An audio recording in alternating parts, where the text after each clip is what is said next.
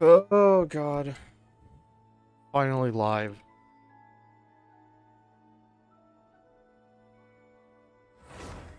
Oh god. Sorry about that, guys. A little bit late to starting up. I ran into a whole load of technical difficulties and a bunch of my settings decided to reset on OBS on my OBS. So yeah, that's a little bit my bad. And I should have everything fixed by now. Let's give that more room.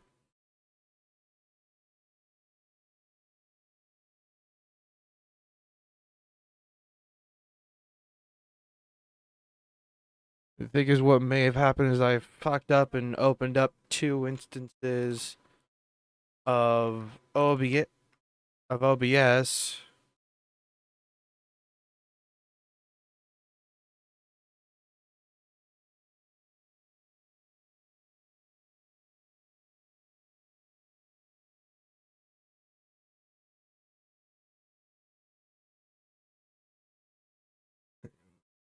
See.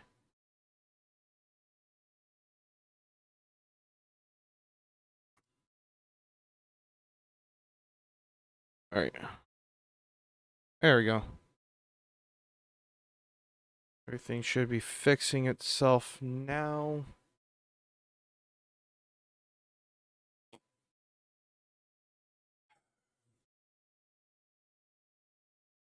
All right.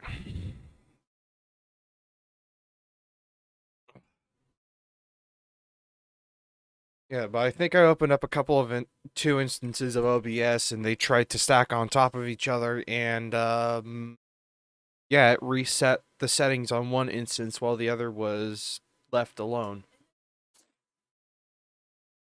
So that's a little bit my bad, but we should be able to get right into the flow of everything now and play through the fourth act of the Archon Quest.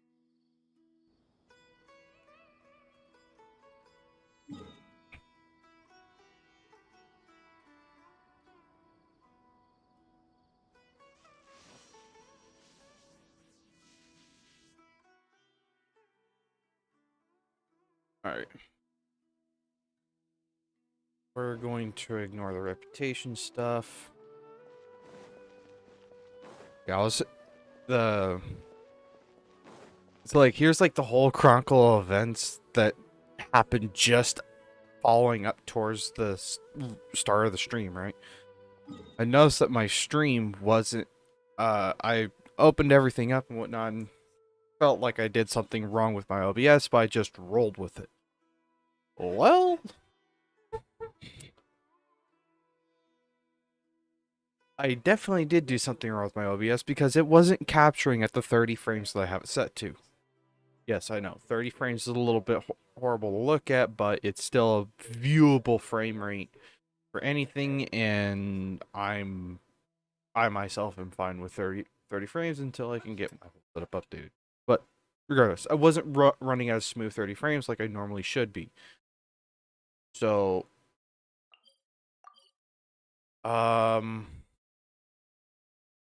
should be going here. So I noticed that it was like, oh, well, I gotta restart my computer because I have no clue what's going on to cause this, and I feel like a fresh restart would be just fine. Well, I restarted the computer, and then my OBS decided to do a fuck. It completely reset a bunch of my settings, and yeah. Thankfully, the majority of the settings I normally have set were they stayed. I just had to reset my docks to be in the correct positions. Everything is good now. I have everything set up. And we are ready to have fun. Yeah, West. The missing village keep. Right into the meat and potatoes. We were right next to the dude that we had to talk to. So... yeah. I've left links in the description below to the previous 3 Archon acts of the Archon Quest for Sumeru. That way you can get the full context as well as my full reaction to the entirety of the Archon Quest. Shut up, Raiden. And yeah, I'm not gonna try and go through a huge recap, but pretty much we found out that the Tar is in the city. I mean, that was pretty obvious from the trailer, but not only did we find out that he was in the city, he's rank 2 of the Harbingers, and it is now very terrifying to see how fucking strong the Harbingers actually are. Because of all the Harbingers that we haven't seen in game, the Tori is the one that we know the most about how powerful he is. And he is fairly powerful, but nobody thought that he was number 2 powerful, right? He was number 4 or 5, but no, number 2. I'll take the chance to try to get some more done than usual. So, yeah. I think that's the biggest thing, and now we have not only the Academia hunting after us, they've also recruited the Core 30. The Torre has recruited multiple Aramite mercenary groups to hunt after us, and now we're just kind of seeking refuge in our village and helping other people out for whatever reason.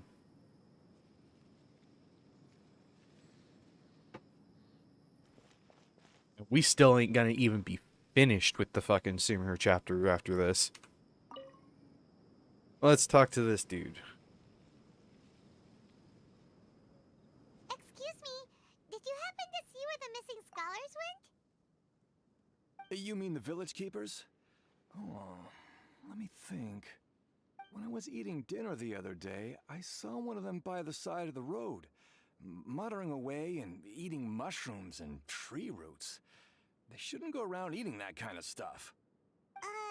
Okay. Did you notice anything else? Anything else? No, I think that's all I have to tell you. Sorry.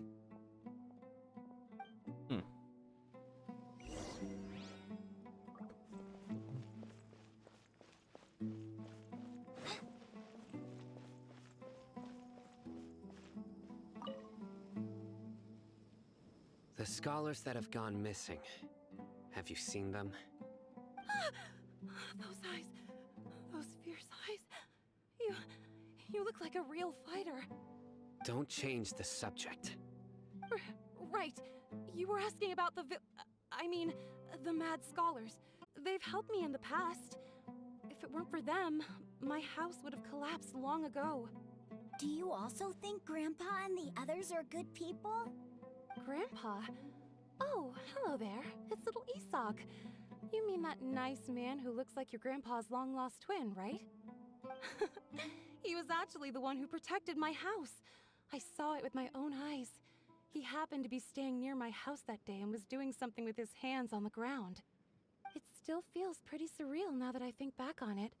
Did someone teach them how to do that? Well, whatever the case, I'll always be thankful to him and whoever taught him to look out for others. I'm pretty sure that if I ever went mad, I wouldn't be able to do anything like that. Gotcha. Thank you.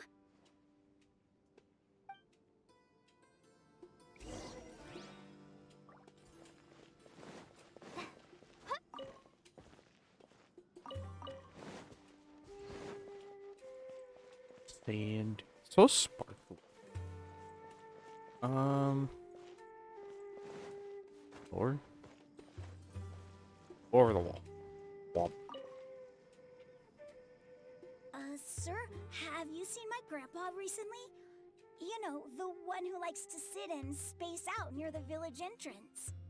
Oh, well, if it isn't Isak. Oh, your grandpa, huh? It's been a while. The last time I saw him, he was spacing out by the road as usual. I went and asked him if he'd like any of the food I had prepared, despite my wife's protests. Like many people, she's really quite terrified of them. And speaking of my wife, she's still always complaining about how I don't make enough mora. Might explain why she's always mad at me. Oh, thank you. Thank you for taking care of him. It was nothing. You're looking for him, right? Did he go for a walk and get lost? Yeah. That's no good. Well, once you found him, come by my place again and I'll cook a little something for the both of you. I've known you since you were very young, so as far as I'm concerned, you're family. Please feel free to come by anytime. Wow, what a nice guy. Okay, thank you, sir. Huh? Don't say anything for now. Isak, stay here. Let's head over there. Stay quiet as you move. What?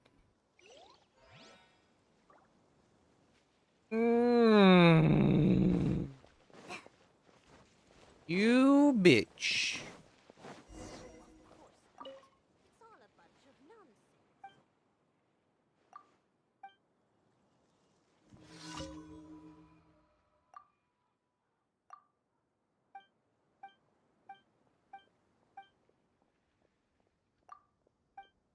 This is very annoying.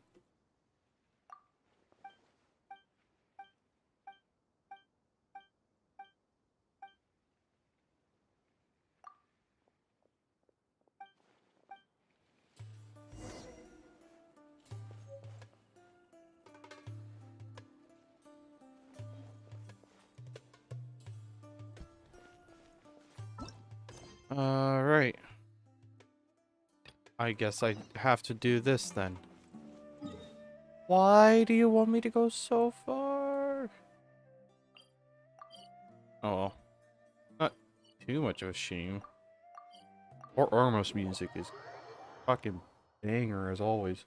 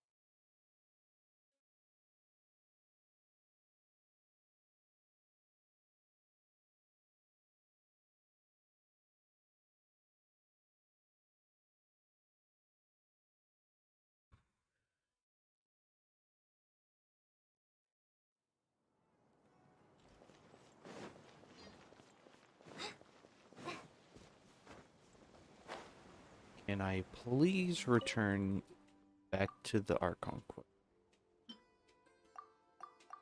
I've done what you asked of me.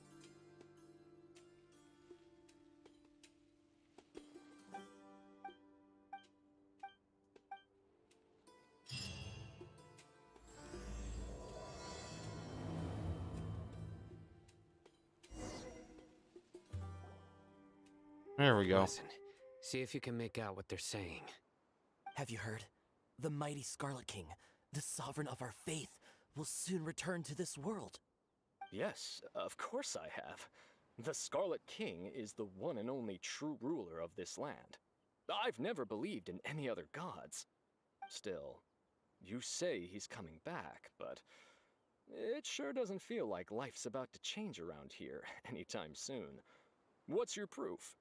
Haven't you noticed? The village has been getting more deranged scholars than ever. Delavar was saying that many people also went insane just before the fall of the Scarlet King civilization in ancient times.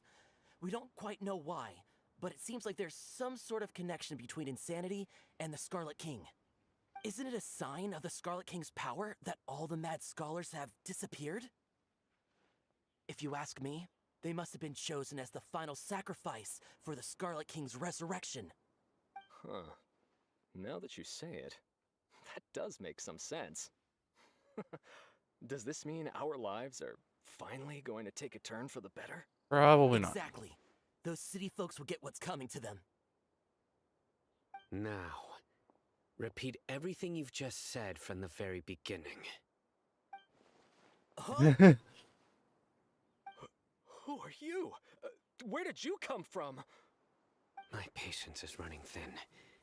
You heard what I asked. Yeah. Bro, this guy's something else. Just look at his eyes. One wrong move, and he's gonna flay us alive. Let's not get on his bad side, okay? I am no match for this guy.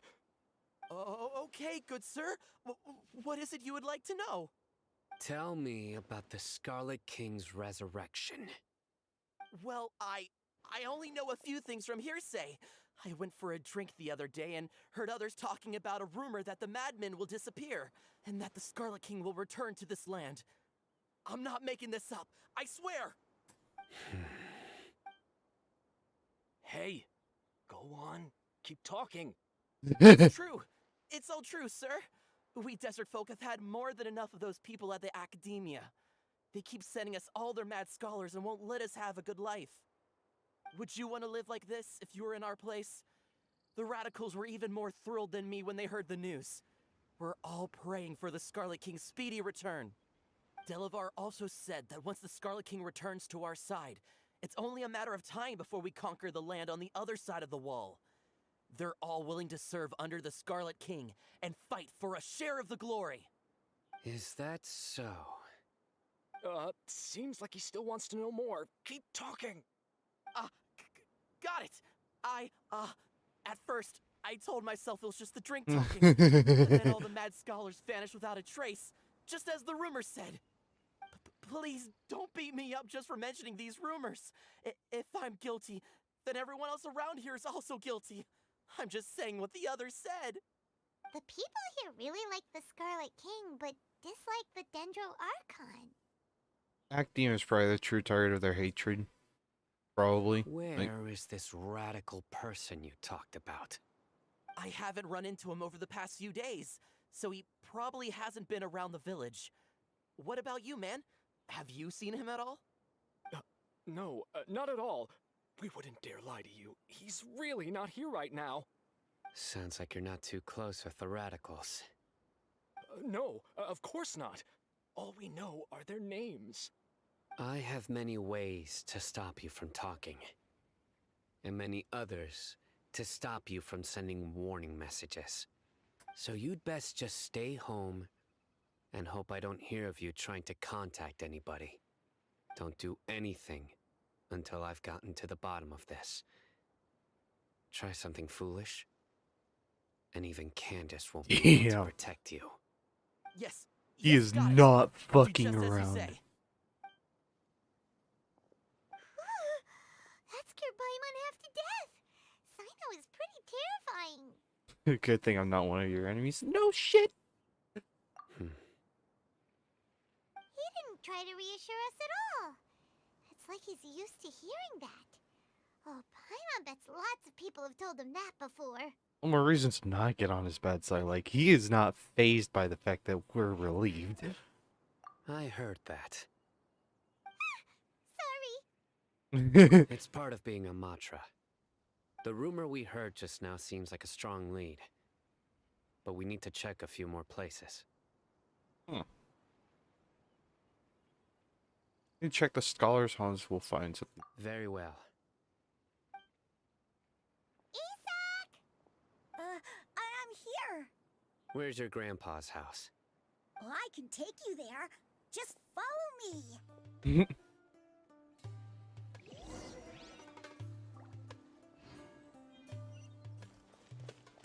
Womp. Alright.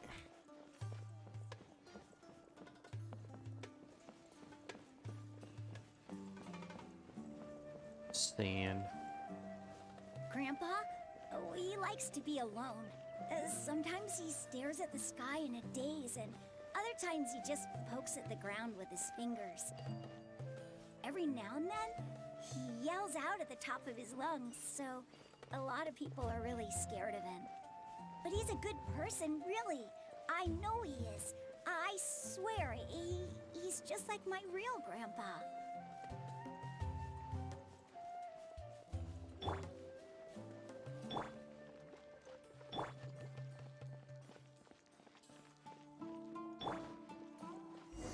There's footprints. Well, this is where Grandpa usually stays.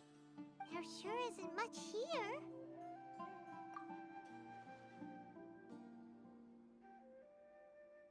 No. Incense? Please don't say it's the same one as before. It's definitely the same as But before. are you okay? Are you getting dizzy or need to lie down? There's a scent that you can sense, but I can't. A certain traveler here once passed out from that smell. Thankfully, Tainari saved the day. And then he gave us a long lecture to explain all about how it worked. So, you know Tainari? Huh? You know him too? Are you two friends? Yes. Huh? Now that I concentrate, I can also make out the scent of incense. Wait, surely Tainari didn't lecture you too. No, no need. Did you first encounter this scent at Tainari's house? I was in a forest where a scholar was meditating. In the forest. From a scholar.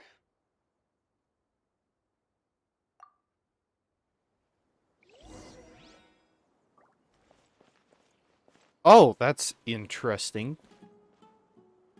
Like, Larry, he's going off to do his own thing. I saw the footprints.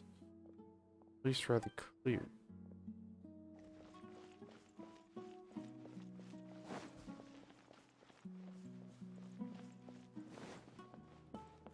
They're goods.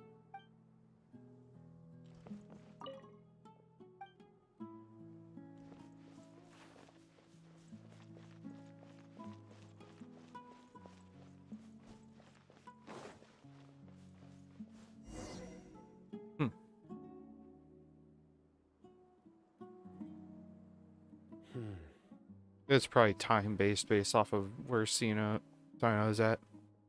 What are you looking for, Sino? Here it is. Take a look right here. Paimon doesn't see anything. Although the traces have been completely buried in the sand, there are footprints here. From the size and shape, they belong to an adult male. This pattern is a common one from this area. Local shoes. This was probably someone from the village.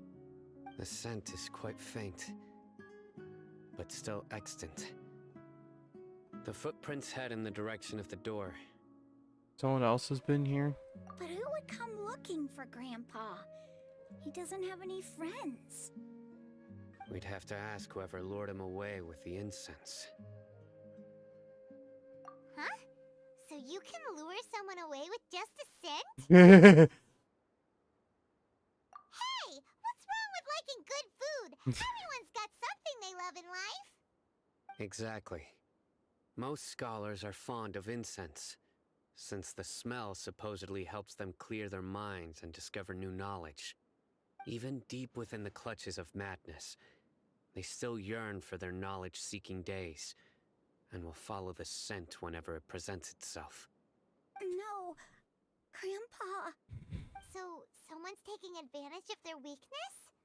Huh. Still, why would anyone want to abduct all the scholars? Are the rumors really true? Could the disappearance of all the mad Fucking hell. scholars have something to do with the radicals? It's highly likely. Please, you have to save my grandpa. Grandpa's never done anything wrong. Please help him. Sounds like we'd better help get him back. Don't you worry, Isak. We won't let whoever took him get away with it. Let's head to Aru Village and inform Candace and the others about what we learned here. After that, we'll set off to find the scholars.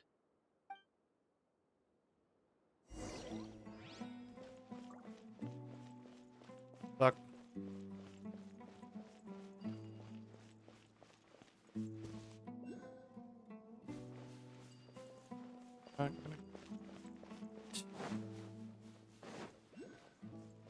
Wow.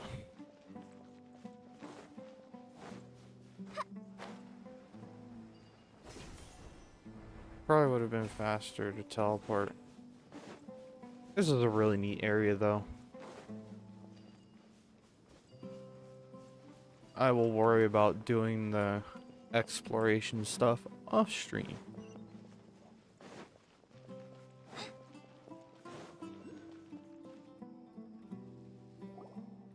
Right. The darker fabric definitely looks a lot better. That'd be my choice, too. We're back, Candace! We've got a lot to tell you. Ah, welcome back. Sounds like everyone's friends already.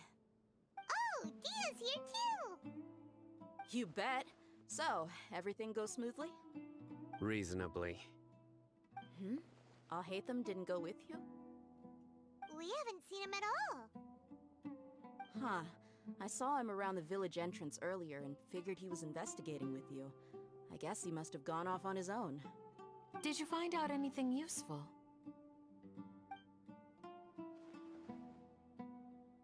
I see. So someone used a kind of incense to lead the exiled scholars away from the village.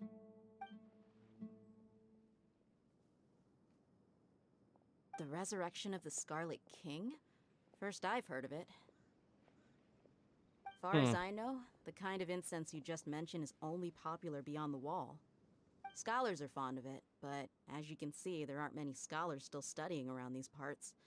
No seller would be able to make a profit here. Not to mention, making incense is a labor-intensive process. You won't see anybody in the desert with the patience to make or sell something that requires that kind of effort. It seems someone from beyond the wall must have been supporting this. Makes sense. So what should we do then? Do we go back to the academia and search for leads there? 'Cause what you do is you turn around and pay attention to the dude that's listening in on our conversation here. If it was any other day, that would be your next logical step. But today, you've got me on your team, so you get an extra tip. Didn't you say that the villager got his news from the tavern? Well, I also like to drink at the tavern, so I know a thing or two about these radicals he mentioned. If Paimon remembers correctly, the leader of the radicals is some guy called Delavar. Ah, yeah. Delavar, the scar-riddled bandit, Engur, the wide-eyed butcher, and Jabari, the duck-tailed bearded crook. The whole lot of them are known around these parts. I have. These I guys at have least one thing in common, Jabari. and that's being broke. The rougher life gets, the more they want to believe in the Scarlet King. Way they see it, the Scarlet King's resurrection is their only chance at overthrowing the academia. Throwing all of Sumeru into chaos is the only way to change the way of life here in the desert. Anyway, that's my guess why they've chosen to become radicals. Tia, you're amazing! You really know this place inside and out.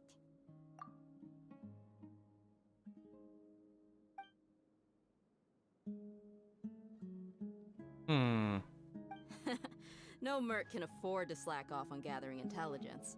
Every more I've spent in the tavern has been a valuable investment. Let's head out. Now hold on, you're staying right here, Sino. Why?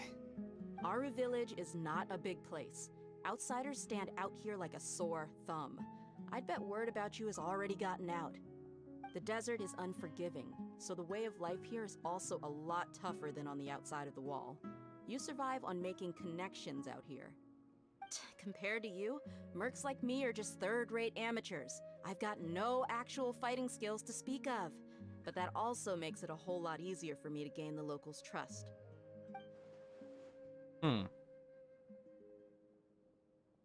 I need to go around and ask some questions, but it'll be difficult if you're with me. Fine. Good, then we've got a plan. The Traveler and Paimon will go to Caravan Rebot with me, and we'll try our best to figure out where the mad scholars have been taken. Sino, you'll have to stay in the village and continue investigating on your own. All right, sounds like a plan.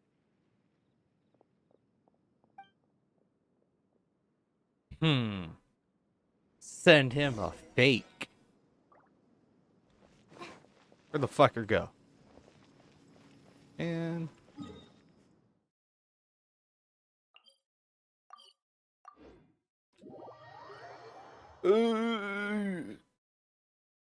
God damn.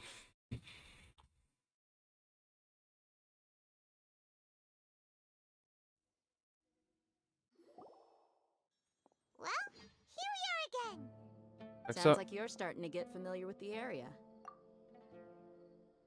From what it looks like, this particular act is kind of starting off how the first and second acts were a little bit slow, information gathering, story building, whatnot. Like, the third act was very much action-packed and gave us a bunch of bombshells. Now we're back into investigating and figuring out what the fuck's going on. Again. Not that it's a bad thing, though. Paimon's amazed every time we see the wall of Samiel. How can a wall this tall even exist? It's almost unreal. I know what you mean.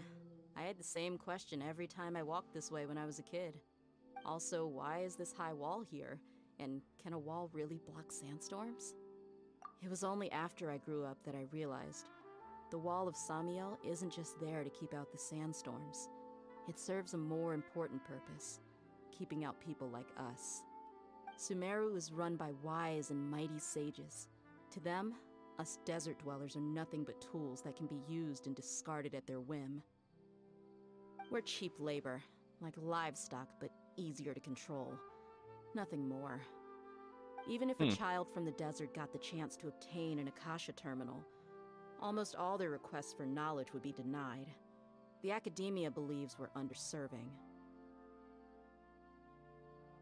The Akasha's not working to Geniuses its like Satari are correct one in a million. The other children never get a single chance to try and rewrite their fate. I can't talk. Even though the academia knows very well that we're humans, just as they are. It seems as though the academia is purposefully limiting the amount of knowledge to certain groups of people, because if those people have that same amount of knowledge as the academia, well, they're a threat. The academia withholds just enough knowledge for them to always have the edge. So, yeah. It all makes sense, and it's pretty obvious, but I guess it hits a little bit different once it's actually told to us. That's terrible. I would tear down this wall with my own hands if I could.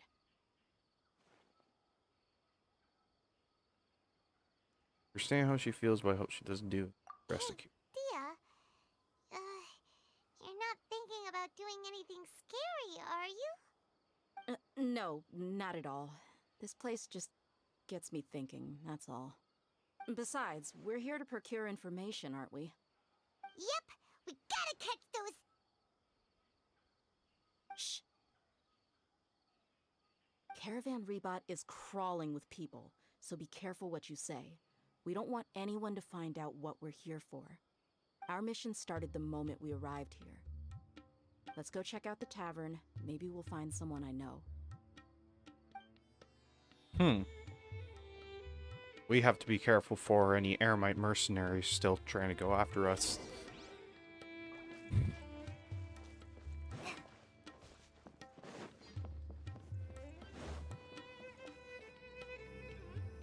Just our luck.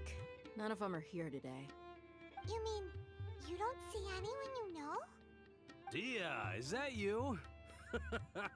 What a coincidence. You here for a drink too? Zaki. Finally, a friendly face. Oh, and who do you have with you here? Guests from another land? From another world, more or less. Hello, hello. I'm Zaki. Dia's, how would you put it? Drinking buddy? We've had drinks together a few times. You could say we go back a ways. Anyway, as far as my friends here, they aren't too shabby, are they? You rarely see any Outlanders so friendly and respectful nowadays. Absolutely. Much better than those people on the other side of the wall. So, Dia, are you looking for someone? Yeah. Have you seen Edgar, Delavar, or Jabari recently? Of course I have. Matter of fact, we were all here drinking together just a few days ago. I've got a spice trading deal from another nation. I thought maybe Delavar and his friends might be interested. Know where I could find him? Ah, how thoughtful of you. Then I assume you also know that Delavar's been having a hard time making ends meet these days. So, you came here to help him out? Hey, keep it down. Let's just say I prefer to keep this deal a secret. Y'all at Caravan Rebot are like family. If there's more to be made, why not do it together? Besides, Delavar and his friends have muscle. They'd be a good fit for escorting the goods. Yes, how considerate of you. Delavar's my friend too, so of course I can take you to him. Come with me.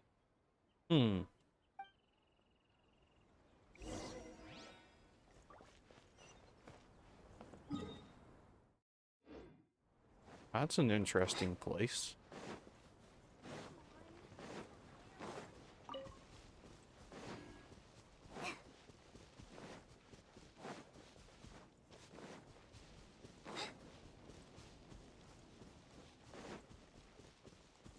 Nice one.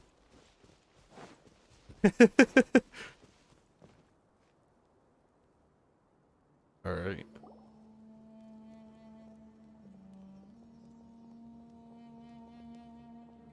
Are we there yet? Yep, this is the place. This place is practically deserted. What are they doing in a place like this?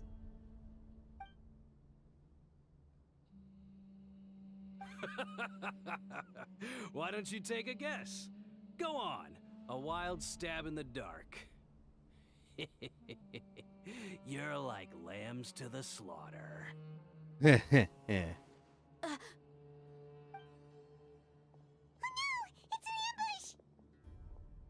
I figured this would happen. What's this all about, Zaki? Come on, Dia. You really think we didn't hear about what you said back in Aru village? The boys have kept a close eye on you from the moment you set foot there. Not only do I know that you're looking for Delavar, I also know that you've teamed up with people from the academia to look for the missing scholars. So, you've been watching us from the very beginning? Uh-oh. Paimon knew leaving Sino behind was a mistake! And you left the strongest one in the village, didn't ya? Who do you think you are? You really thought we'd fall for your little business deal nonsense? So you and Delavar have been partners all along. Dia, I guess it's only natural for a traveling mercenary like you to be out of the loop. Those of us who hang around the tavern have stronger bonds than you think. But you got one thing right. We're all looking forward to an uprising in Sumeru. There's nothing more we'd like to see than the desert folk overthrowing the academia. Fucking If that's the tumbleweed case, goes then straight I'm into sure one of those Delavar guys. wouldn't miss a second of it. I'll be honest with you. If it weren't for what you said in the village, your little monologue about the Wall of Samiel would have convinced me that you're one of us. Delavar. And Edgar, you're here too, huh? Long time no see, Miss Mercenary. You should have known the traitors are what us followers of the Scarlet King despise the most. Dia, I thought that you, a fellow desert dweller, would understand that the Scarlet King is greater than the Dendro Archon. Little did I know, you don't deserve to join us. Yeah, gee, what a missed opportunity. Adopting radical views and kidnapping innocent scholars, all because of some baseless rumors. Anything else I'm missing out on? Fact See? that this is a There you lie have it. manufactured by the academia. Mercenaries are just a bunch of faithless scum with only one thing in their minds. Mora. Pathetic. You're all like a pack of street rats. You're not wrong. Mercenaries are driven by Mora, and my faith lies with whoever's paying me.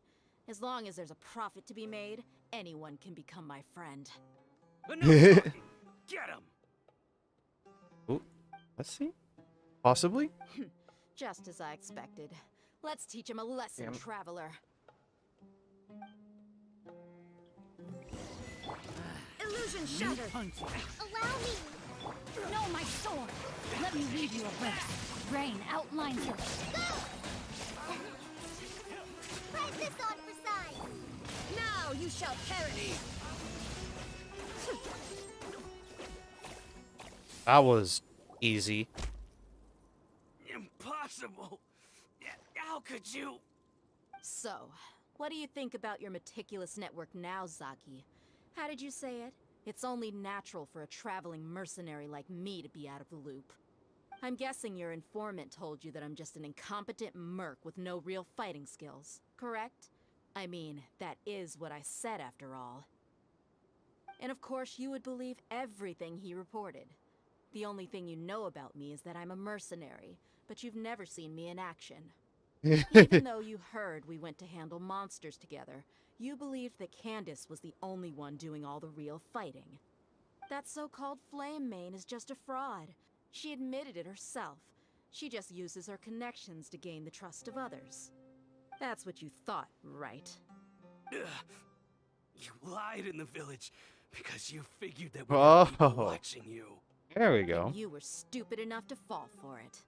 I figured as much the first time we drank together. You all thought you were so smart. Pathetic. Okay, that should be all of them. Whoa!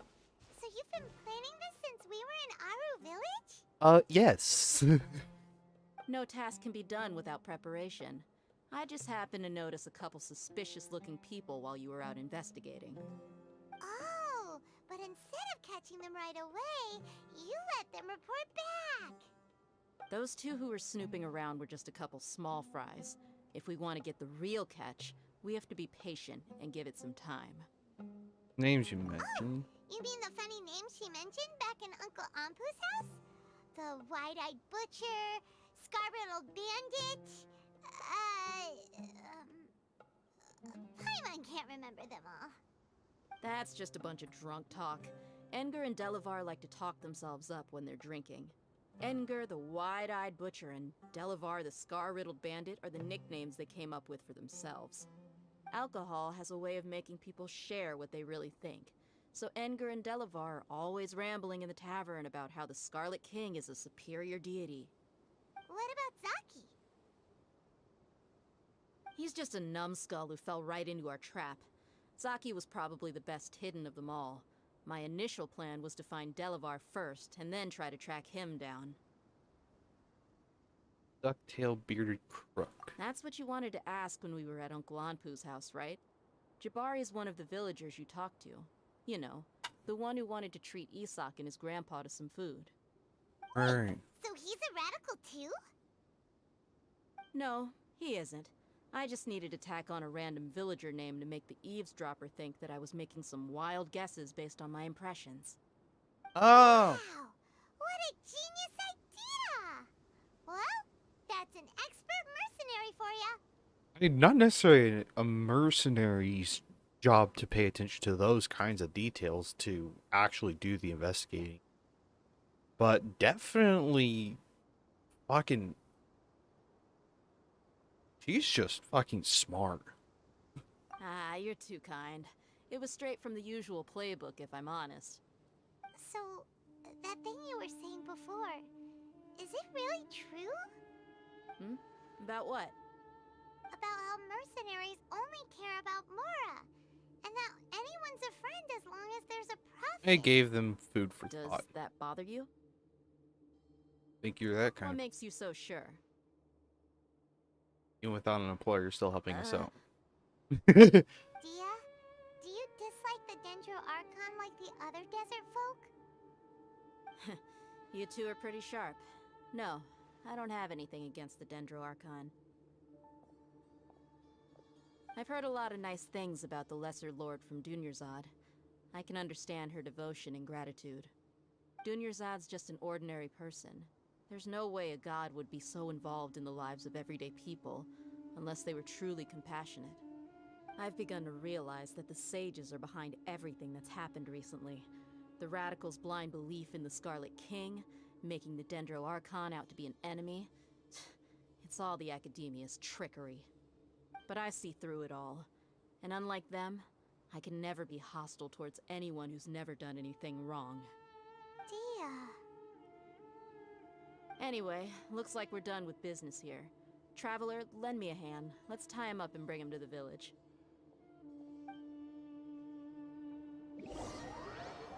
I can just imagine Dia carrying both of them on her shoulders. And we're just struggling to drag them This along. should be all of them. I'll let you take it from here. All right. I'll be in touch.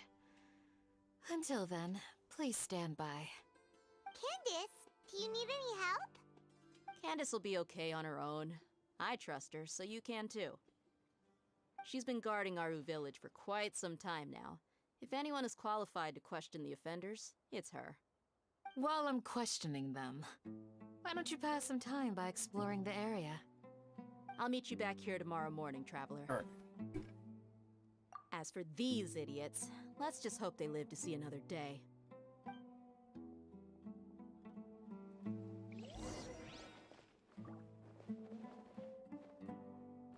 I go in here? You heard the question. Now answer me. Oh my god!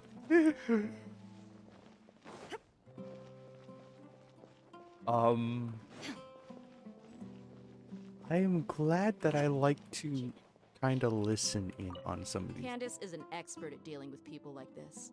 All we have to do is wait for her word. Achievements. Break the tumbleweed drifting in the desert. What?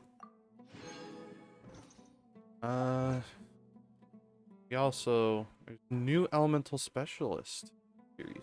Defeat 4 opponents with Virgin within 2 seconds.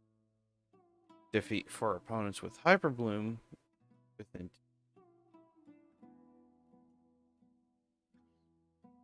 Move the invisibility of at least 2 primal constructs using aggravate or pulses within 3 seconds.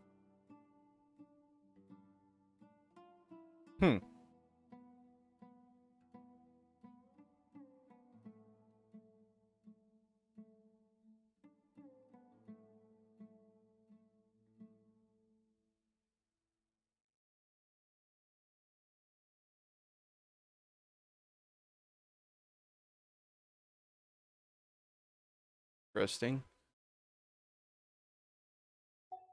Thing is, I don't do Virgin. I do Hyper Bloom. Hyper Bloom's fun, but Virgin's gonna be a pain in the ass. Well, let's see. The world remains constant over the centuries, but human Have life is something like, the like- dew at dawn, or a bubble rising through water. Transitory. Probably be easiest to do in 3.2 when we get the Dendro Archon. Because she's probably going to be an insane Dendro applicator.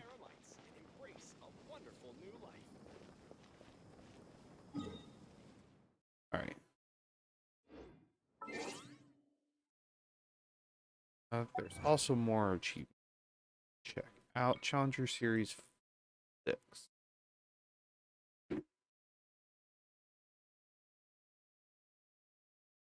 6 fungi.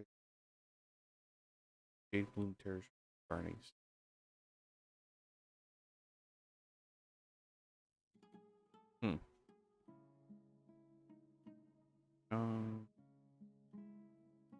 Just all the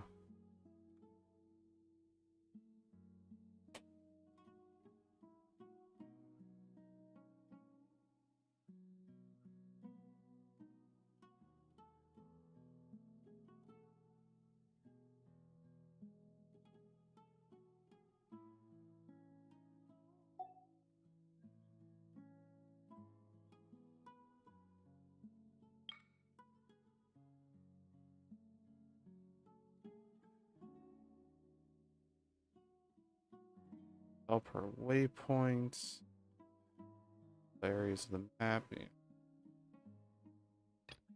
Complete Golden Slumber. Don't quite know what that is. Anyways, wait till the next morning from 6 to 12. Wink.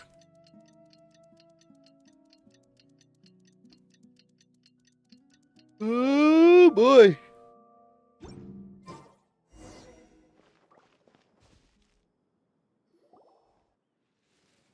Hey, Dia! Right on time. Learn anything from it. We'll know any moment now. Paimon's been wondering. You seem to know Candace pretty well. Have you been friends for a long Oh, time? that's out. We've known each other for some time now. She's a pretty interesting person. Even though she's an extremely strong warrior, she never misuses her powers against others. Oh, Paimon knows what you mean. Like a lot of martial artists say, never take the fight outside the ring. Yep, I guess you can put it that way. It takes strong convictions to be as dedicated as she is, and shoulder that kind of responsibility. Us mercs, on the other hand, we pretty much live from one day to the next. Well, Paimon thinks you're great too. Really? Thanks for that.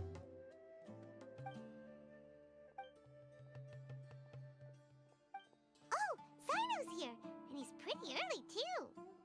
Yes. I was here yesterday to help out a little. To help out? By doing what? Sharing some interrogation techniques. Oh, you mean you taught Candace some more persuasive methods? You could put it that way. Come on in, everyone. Come on, let's go inside.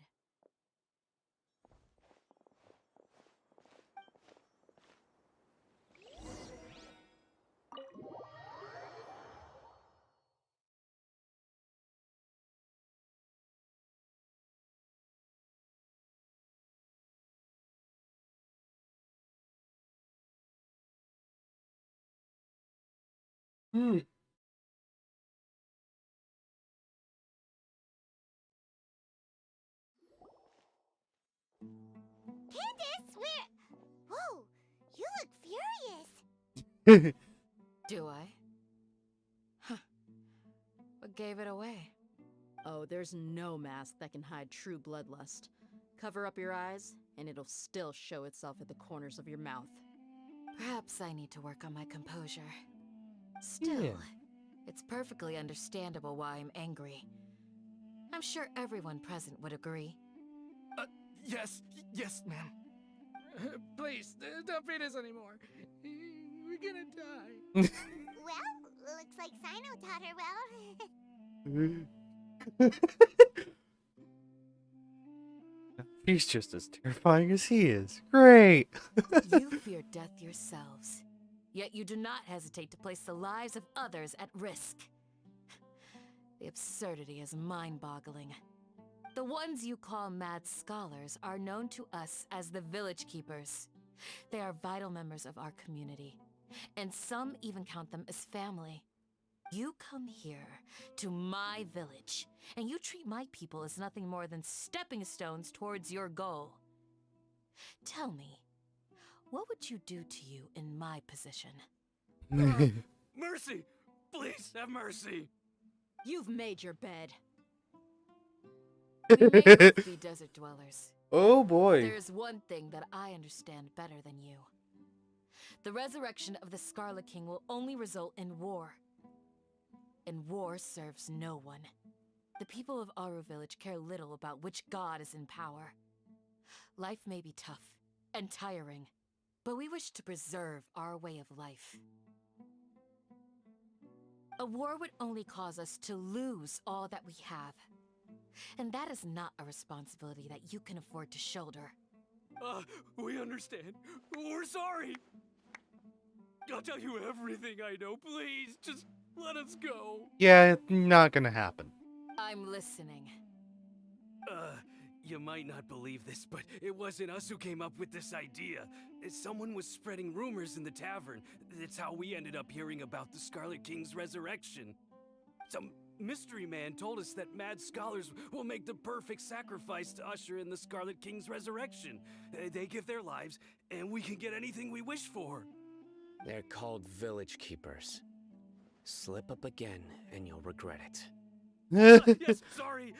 It was all that mystery man's doing. He told us to spread word about the Scarlet King's resurrection and talked us into helping him. In return, he said he'll help facilitate the resurrection process. I'm not sure. That's one. Huh? One what? Strike. You get a total of 3.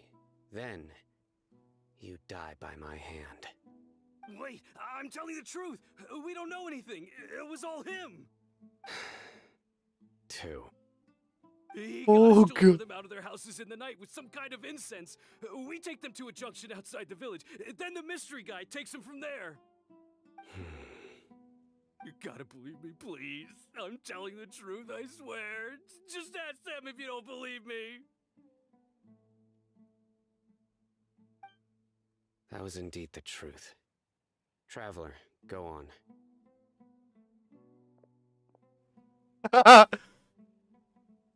Any idea who the mysterious person might be? You have to believe me. If I knew that, I would have told you his name right away. I'm not risking another beating to keep his secrets. No way. That guy, he wears a cloak, and he's always careful to cover his face. He calls himself the Scarlet King's envoy. It could be one of the Eremites. But considering that he wears a cloak, it kind of leads me to believe the Tori. I believe I may know what's going on. Uncle Anpu? What do you mean?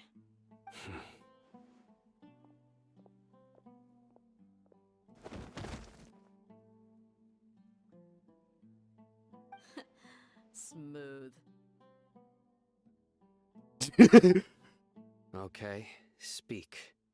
If my suspicions are correct, this mystery man they speak of could be from the academia. I just fucking love Dia's response to Sino knocking them out. Just smooth. Some time ago, people from the academia attempted to take the village keepers away. I refused, insisting that they are part of our community. Fucking thirsty. Or I'm just drinking it. I don't know. It strikes me now that this secretive character shares the same goal they had. Which means it's highly likely that the academia was purposely spreading a false rumor to trick the radicals into delivering the village keepers right into their hands. They were the ones who brought them here to begin with. Now they're trying to take them back? We aren't gonna let that happen. Not the academia again. Sumeru Satari also mentioned King Deshret's resurrection is just academic. It's information Just as I thought. campaign. But what could they want with the village keepers? People are nothing but tools in the eyes of the academia. A change in their plans likely means they found another way to exploit the scholars. Regardless, our top priority now is locating the village keepers. You're right. Isak is still waiting for news on his grandpa. Time to go. Let's leave the village and try to track them down. Yes. Pack up and get ready to leave. You got it. Candace, I'll let you deal with the radicals. Leave everything outside the village to us. All right. Let's meet back here once everyone's ready. All right.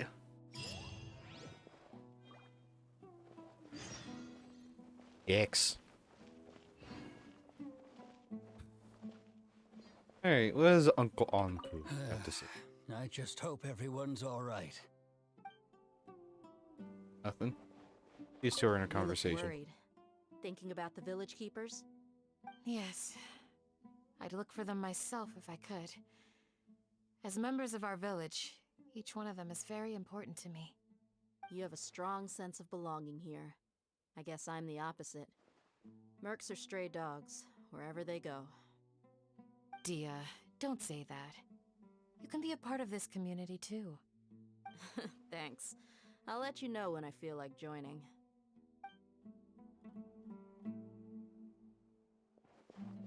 And What sign up. scheme is the academia brewing now? About in line. Really neat.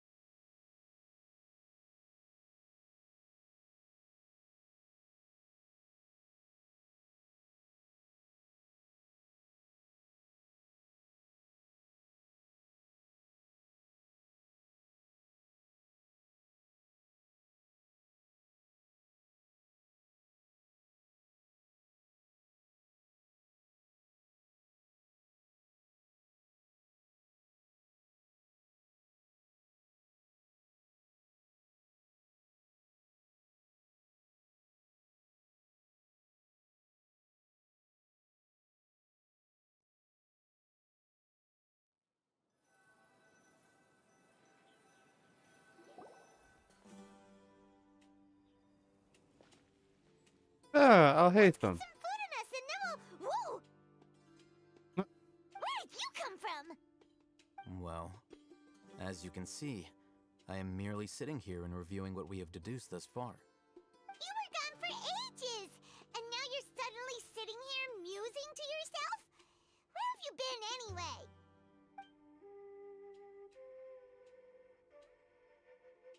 Hey, what's with the silence? You never think things through before asking questions. I'm giving you some time to make up for that. Paimon's so mad! Paimon's gonna give you an ugly nickname! Go ahead, I won't stop. He's got nothing. Paimon's got nothing. There's just nothing super obvious to pick with this guy. It makes it so hard. Well, you've heard nothing to suggest I left this whole time, so clearly I stayed in the village to investigate. Anyway, you plan to leave Aru village and keep searching for the truth of this matter, yes? Yep. We're not gonna find out anything more by staying here, so we thought that we might as well take the search elsewhere. Enough with the silent treatment! No. I'm just surprised that you decided to team up with him. Alhaitham, you haven't helped us out at all ever since we arrived at Aru village. Bold of you to question our choices. Yeah? Yeah, you're all talk. While you were investigating, I had my own work to do, which I've now finished. Really? Paimon doesn't believe you. To be honest, we aren't really a team, so I have no obligation to inform you of my whereabouts. Not to mention that going separate ways allowed me to find some important information that you all had missed. Huh? Right here in the village? Correct. What did you learn? I'm going to take you to someone. But before that, you need to understand where she's coming from. What does that mean?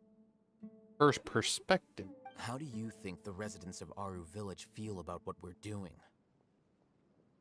In other words, do you truly believe every single word the villagers tell us? You mean some of them lied to us?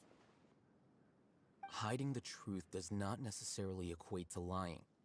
Again, these people have their reasons. Remember what Gandis said? Most people in Aru village don't necessarily care which deity is in charge of Sumeru. That's because whether the Scarlet King or the Dendro Archon has power is of little significance to them. By contrast, the perils of their daily lives are ever-present concerns. They won't simply share everything they know with you without good reason. That's why you believed there was no further information to be found in this village. You can find new info from Sataria. Glad you're following along. Among those you have talked to, there's someone who was consciously keeping you out of the loop. In fact, Or she's not. been observing your every move since you arrived.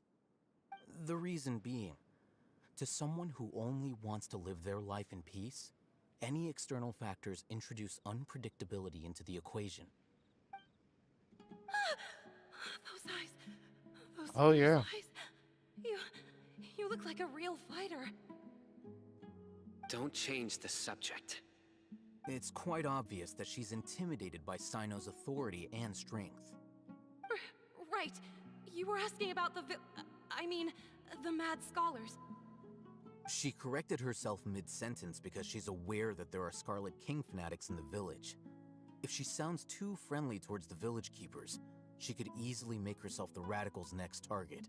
Oh. I think it's been a few days since I last saw them. I usually go to bed pretty early, so I'm not too familiar with what goes on at night. Remember? She made a point of denying her involvement in anything that occurs at night. But honestly, I feel quite sympathetic towards them. Even though they act a little strange, they've helped me in the past. If it weren't for them, my house would have collapsed long ago. After speaking to the village chief, it became clear that the village keepers had protected Aru village at night. In other words, the young miss was very much awake during that time. Then why would she lie? And not lying, By just getting withholding involved truth. with an outsider, she risks drawing unwanted attention to herself. As for why she might be so wary about all this, maybe you should ask her. I'll pass on this one. You said that she is afraid of me. If so, it's best if I stay out of this. We're on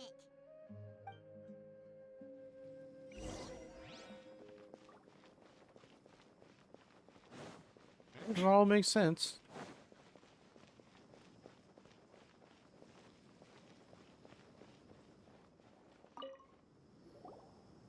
Miss Shawnee, as we discussed earlier, I've brought someone with me. Mr. Alhaitham, I'm aware of where you stand, but how can I make sure that your friends think the same as you? Huh? What do you mean?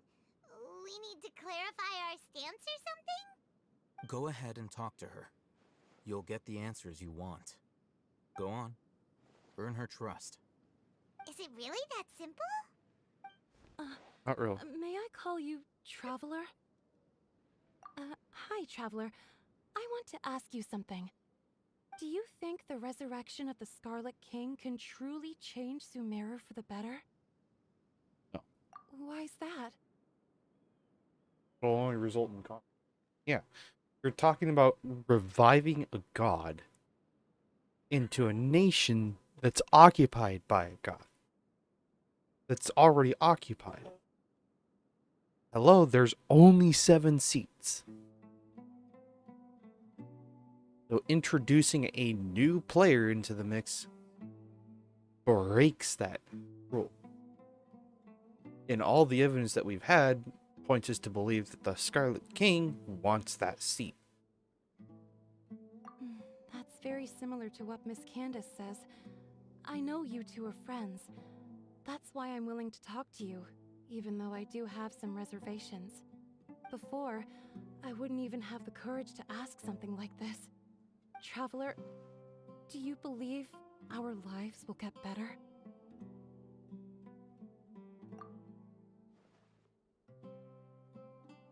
Can't promise anything, but I'll do the best I can. Yeah!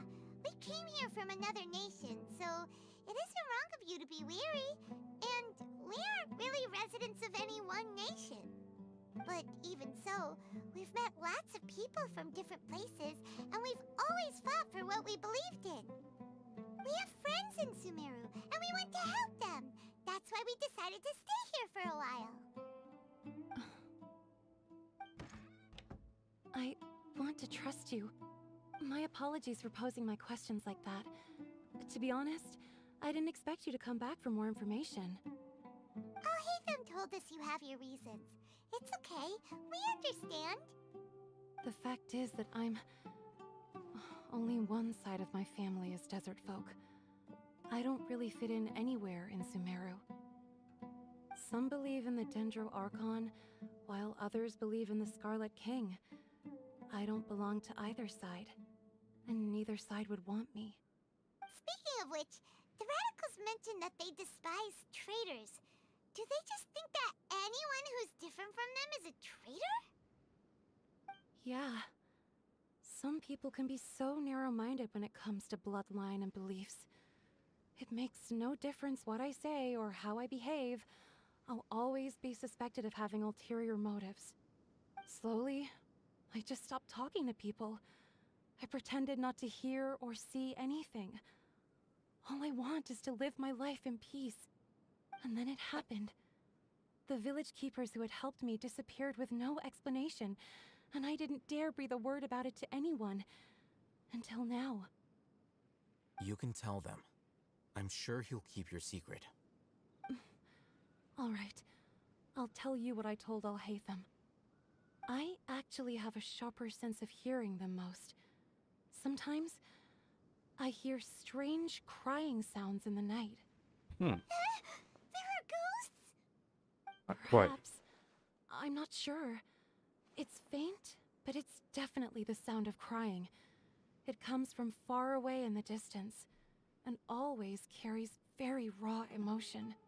It used to be louder and more frequent, but ever since you arrived in the village, it doesn't seem to happen as often, and when it does, it's much quieter. I have to focus really hard to make it out. I confirmed this with the guards on night duty. They also have someone with a good ear, and he's heard similar sounds at night. But, because we're in the middle of a desert, he would rather believe that they are the cries of beasts than ghosts. Make out where the sounds were coming from. There's really nothing around these parts, except for an old hospital not far from the village. I think they used to use it for treating Elazar, but it's been abandoned for years. Check out the hospital then. Let's go!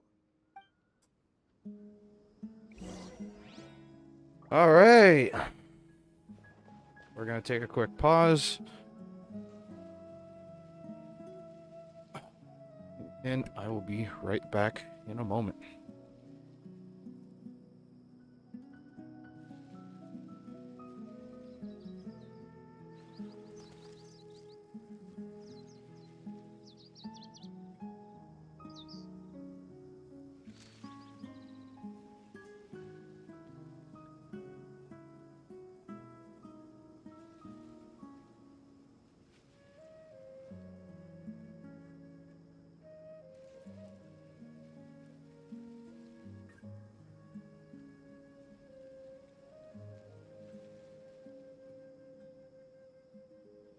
Inactivity serves no purpose whatsoever.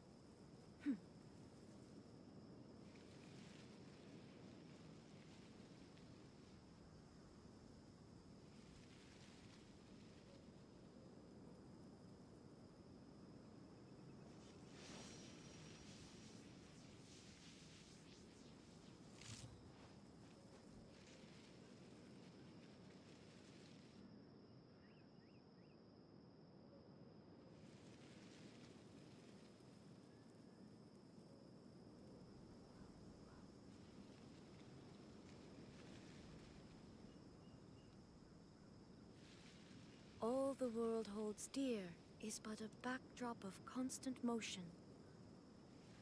I stand before it, alone and unchanging.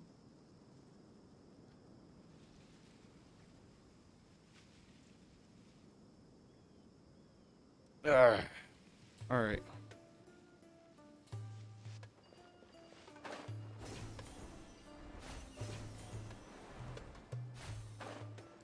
Oh, we head this way.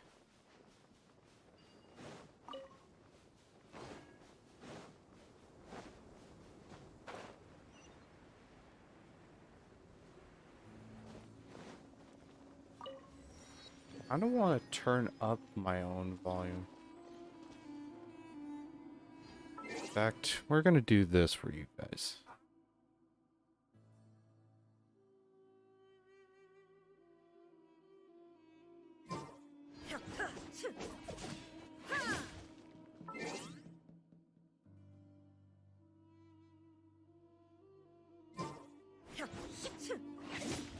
Turn up the volume a little bit, that way you guys have a little bit better hearing. Don't like messing around with that too much. I gotta listen what's going on over here.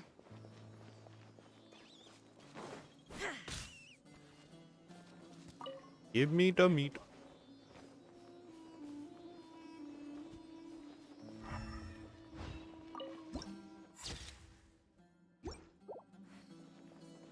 This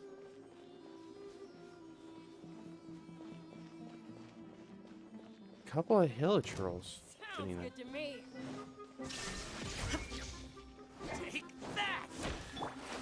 Rust and rebuild. No, my sword. Rain outlines your.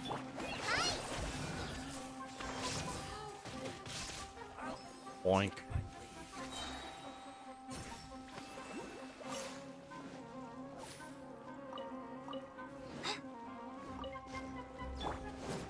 Shine down. Hold the line. Take that! No, my sword.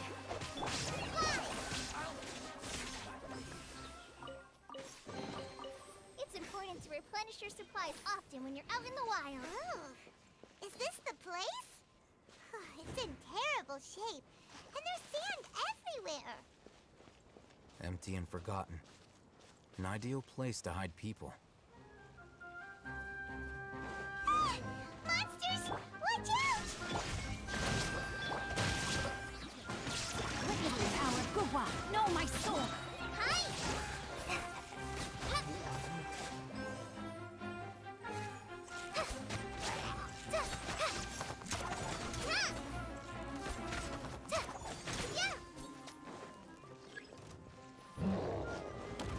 Illusion shattered. Hold the line. Let me weave you a verse. Inazuma shines eternal. There we go. They were easier to deal with than Paimon had expected. What were you expecting? What were you even expecting, Paimon? Like, seriously.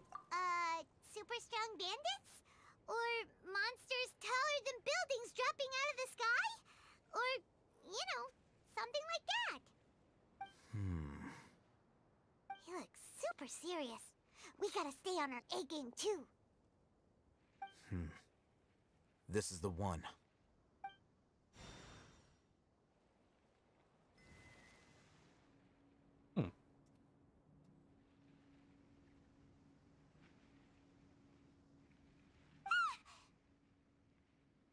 Let's go in and take a look.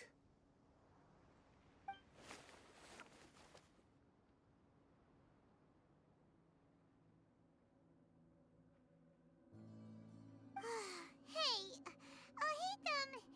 we haven't found Squad. Are you sure we aren't wasting our time here? Patience. Shawnee says she only hears the crying at night. We have time to burn. Until then, I'm taking a break. And just like that, he sits down. Wait, he even brought a book to read? What are you reading? Let Paimon see. No. Okay, sure. Huh? The natural position, which is the positional propensity of an entity in natural motion in contrast with an object in forced motion? Huh?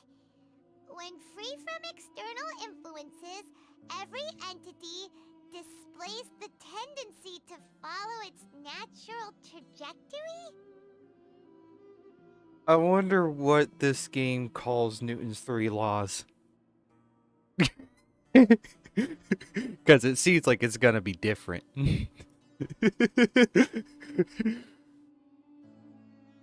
So, you got that? Oh, Paimon gives up. You keep reading your book. See ya. How is he so relaxed? Look at him, reading an impossible book in a creepy place like this. I wouldn't kill you to read a book once in a while either. Maybe it's time to spread your wings and become learned. Hey, what good is that gonna do for you? You're acting like one of those annoying grown-ups who go around nagging people to focus on their studies. The more you learn, the more money you can make.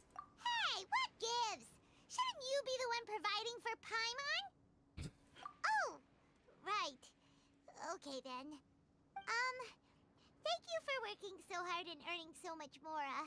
If it weren't for you, Paimon would probably still be floating around in the ocean somewhere. Thank you.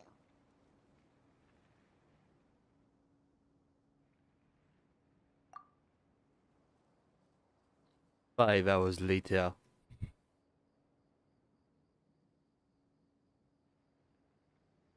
Think I'm blue enough to be in the Blue Man crew? Paimon's getting so sleepy. Sorry, I just look over, see the fact the screen's blue, then I look over to see I can't speak. I look over to my monitor to see my camera, right? And I'm just fucking blue. Huh? What was that sound? There it is. It's coming from that direction. We'll try to be quiet for you guys to listen. Is the sound Very coming faint. from here? Huh. Paimon's not seeing anything. The cellar door. It's from below. But there's no way we can get down there. Something is off about the interior here.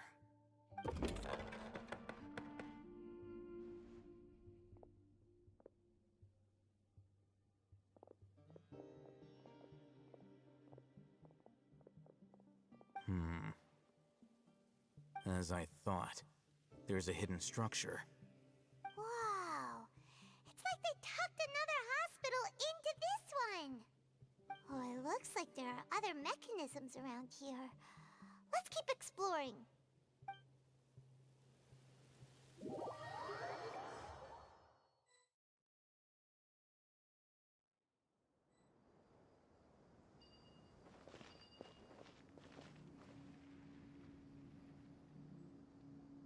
All right.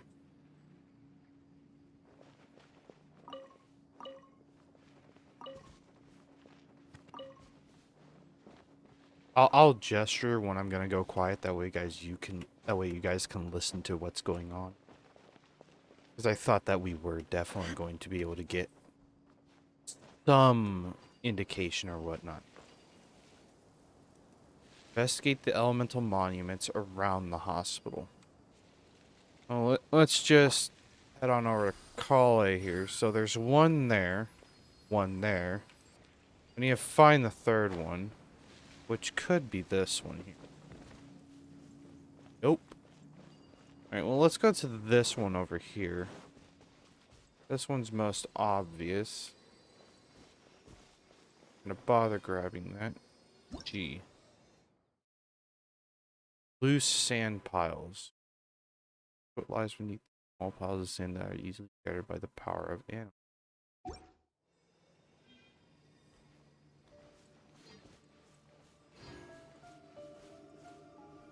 Alrighty then.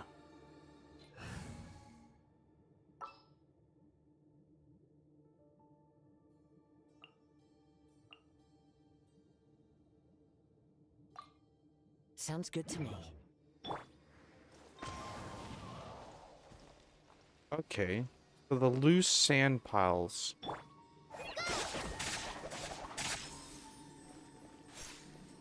The loose sand piles have what do you call it? Those little sparkling effects around them. We're gonna grab this and use my direct location. Mark that this is a Dendroculus.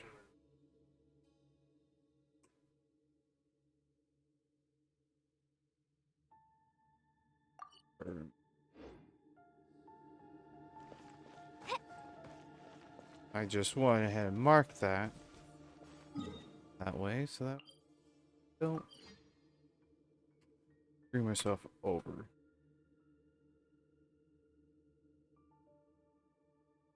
Oh.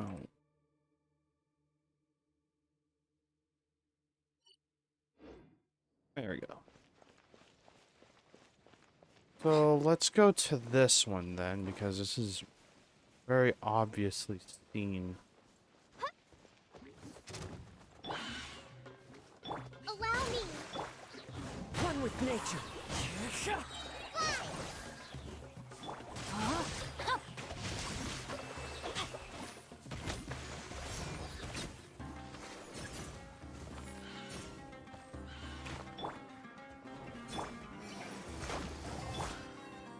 Into the wind.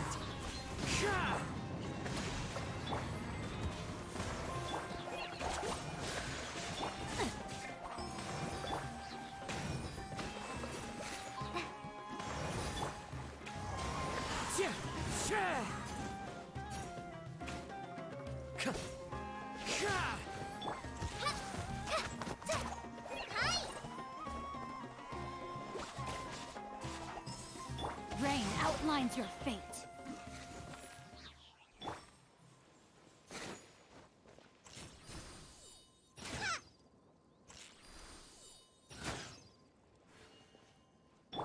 Wind Strider.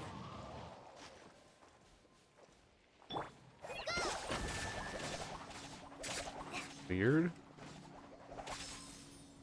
Where's the third one?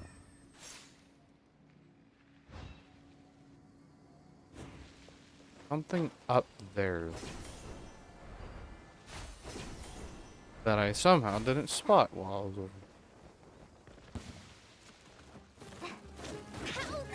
Ow. One with nature. Bonk.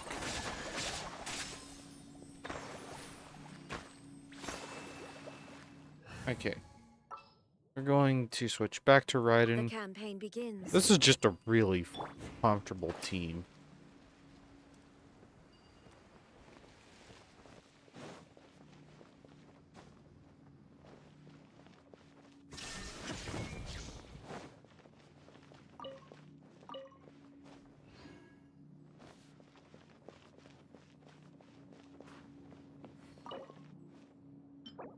Ancient key.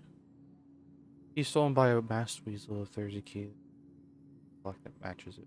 But, just want to break it then. That's weird.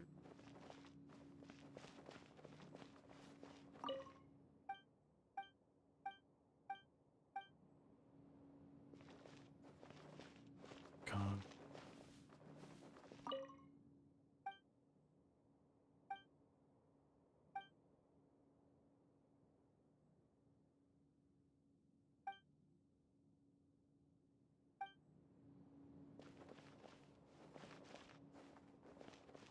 This is so eerie.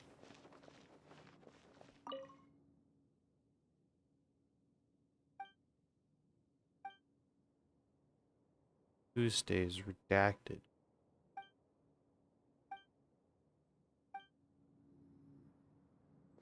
Wait.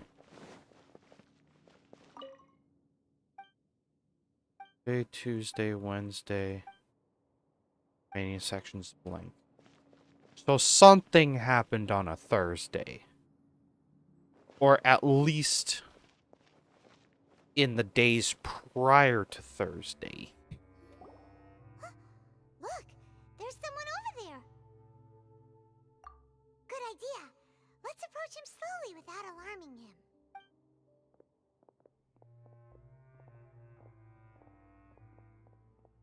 Wait.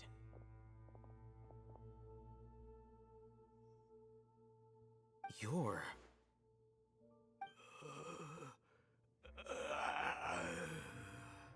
He can't speak, and his eyes are unfocused.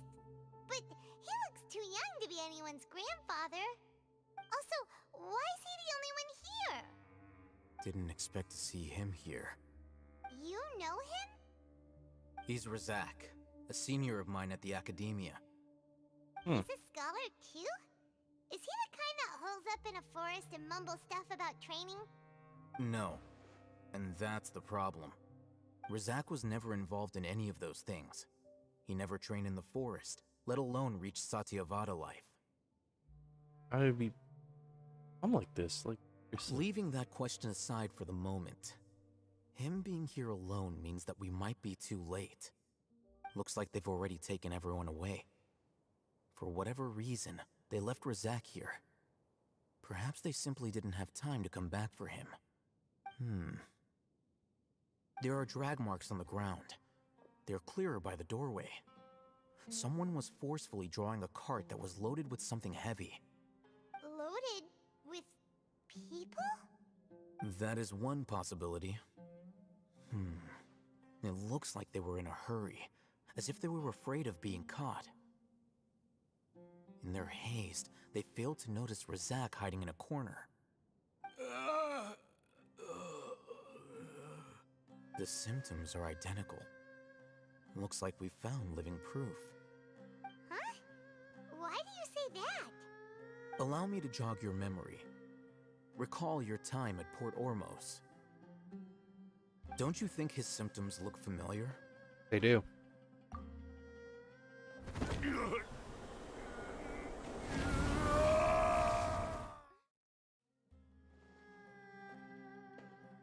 Oh, now that you mention it, they're acting the same way.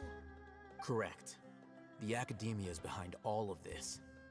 It isn't difficult to deduce their rationale. First, the Academia spread a false rumor of the Scarlet King's resurrection, emphasizing the role of the village keepers, the mad scholars who were exiled to Aru village. These rumors were all the persuasion that the radicals needed, and those based in Aru village leapt into action. Unbeknownst to them, of course, through rounding up the scholars, they were actually helping the Academia.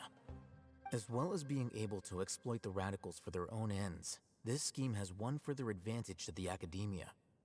All the risks and responsibilities are offloaded onto the Scarlet King's followers. Life for the desert dwellers has been brutal ever since the Scarlet King's death all those years ago. Beneath the surface, feelings of desperation are widespread. Many would give everything they have for the prospect of something better. Anyone looking to exploit that for their own ends simply needs to make a few empty promises. Even if complications arise, people will see that those involved are all followers of the Scarlet King and look for no further explanation than differences of belief. A deep-seated mistrust of the desert and everyone in it by the rest of Sumeru will make sure of that. The notion of an Academia plot wouldn't even cross their minds. It may seem like a simple strategy, but it is able to work wonders under Sumeru's current circumstances. So, what's going through my mind right now is, first of all, I was hoping for this kind of story. I was hoping for this. It's getting dark, and I love it. You know, we're now going deep into a moral gray area of pretty much people who we thought were going to be good were completely morally corrupt. I mean, granted, that's a given. It's a very common trope to see, but it only seemed like from the bits and pieces that we had before 3.0, all the information that we had before 3.0 pointed towards the Academia like doing anything for knowledge, really. But would they really do anything for knowledge? Was it just a simple select few, right? A simple select few that were willing to take that step into the morally dark. Not gray, but dark. That they knew what they were doing is wrong. But they won't stop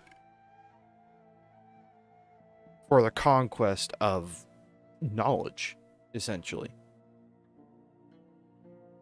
We have examples of a few people doing that.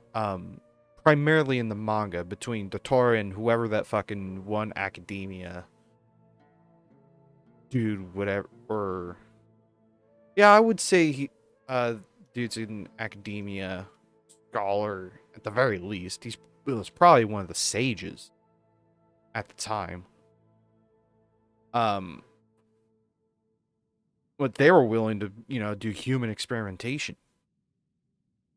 But as we got through 3.0, we realized that the academia isn't just, the higher ups of the academia, there isn't just like the very, very, very select few, right? One or two, maybe three people who are willing to do anything for knowledge. No, it's the entirety of the sages, I'd say,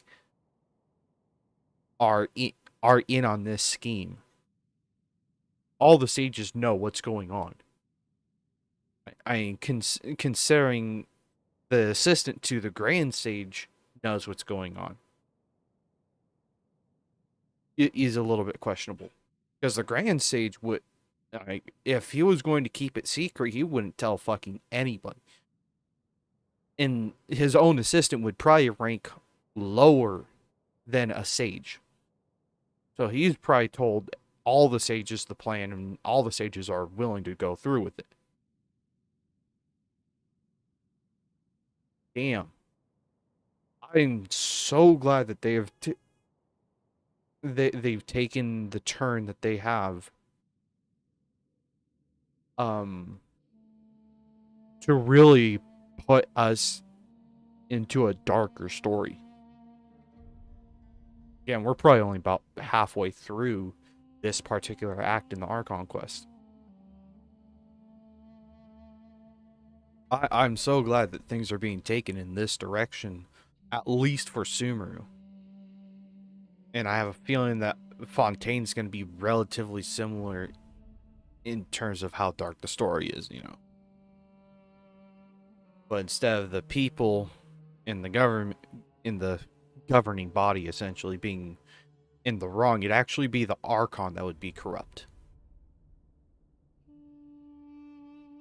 That's just what we have for to theorize off of. Oh, that makes a lot of sense. It's in line with the village chief's theory, too. But there's still one very important question. Wasn't it the academia that brought the scholars to Aru village in the first place? Why does it want them back now? Throughout this process, one thing has changed. The scholars' identity. First, they were scholars. Then, they became lunatics. After that, they were exiles. And finally, they become missing persons. Oh.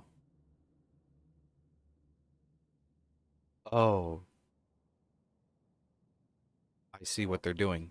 So their goal right here is to basically make it so that let's put this into a hypothetical situation. The sages and whatever rank is just below them or whatever, but probably just the sages, right? The sages, the Grand Sage, the academia higher-ups. The academia higher-ups, they had access to the divine knowledge capsule, right? It was a direct gateway to the corrupted Irminsul. We already see that as a fact. So they probably had access to the divine knowledge capsule. They probably let some of these scholars do a favor for the higher-ups. These scholars did a favor for the higher-ups, and as a reward, the scholars got to witness what the divine knowledge capsule had to offer. They got that connection to the Irminsul, but it was completely corrupted. The academia full knowing that it's corrupted. They let the scholars connect to the Irminsul through the divine knowledge capsule. Their minds become all jank. They're completely corrupted, and now they're lunatics, right? They're now lunatics. So then they're lunatics. They're no longer useful to the academia. They no longer have a functioning brain, essentially. So what does the academia do? They send them off on their way to the desert. Because at that moment, they're worthless. Until they're missing.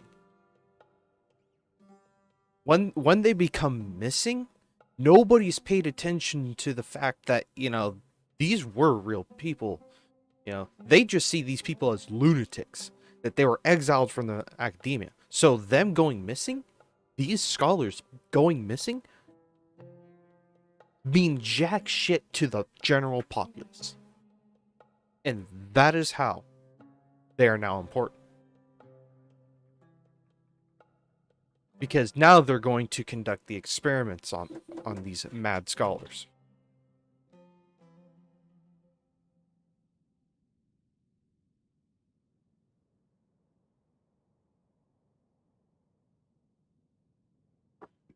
I'm going to need to get my food. So, I will be back momentarily. We will try to take this at a bit of a slower pace and not screw myself over. So, be back momentarily.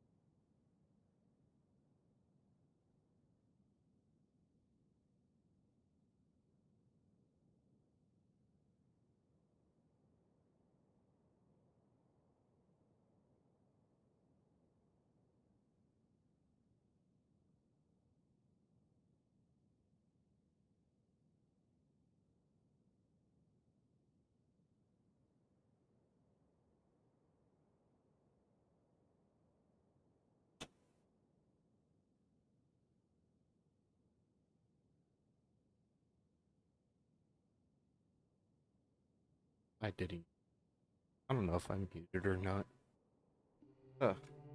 Sorry about that.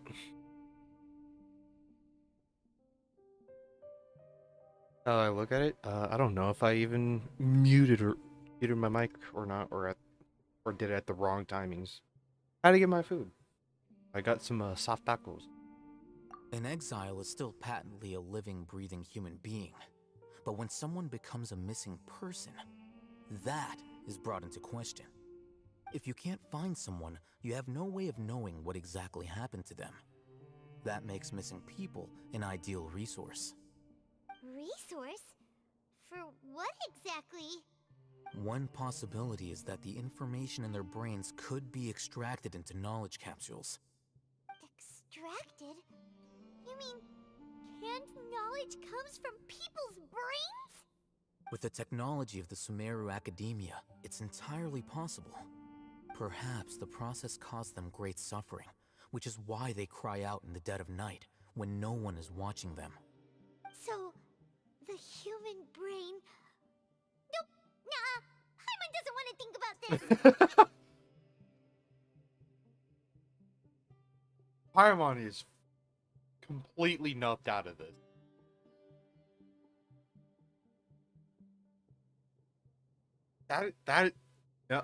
I'm surprised. We just took a very dark turn. I'm the Academia scribe, after all. I'm familiar with their projects. Anyway, judging by Razak's state, the contents of a divine knowledge capsule were extracted from his mind. But something went wrong in the process. Or perhaps his curiosity got the better of him, and he used such a capsule for himself. Paimon's a little confused. Can they just use anyone's brain?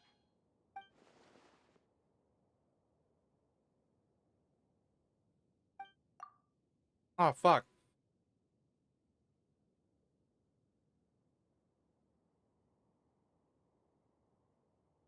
I didn't catch that little bit. God damn it.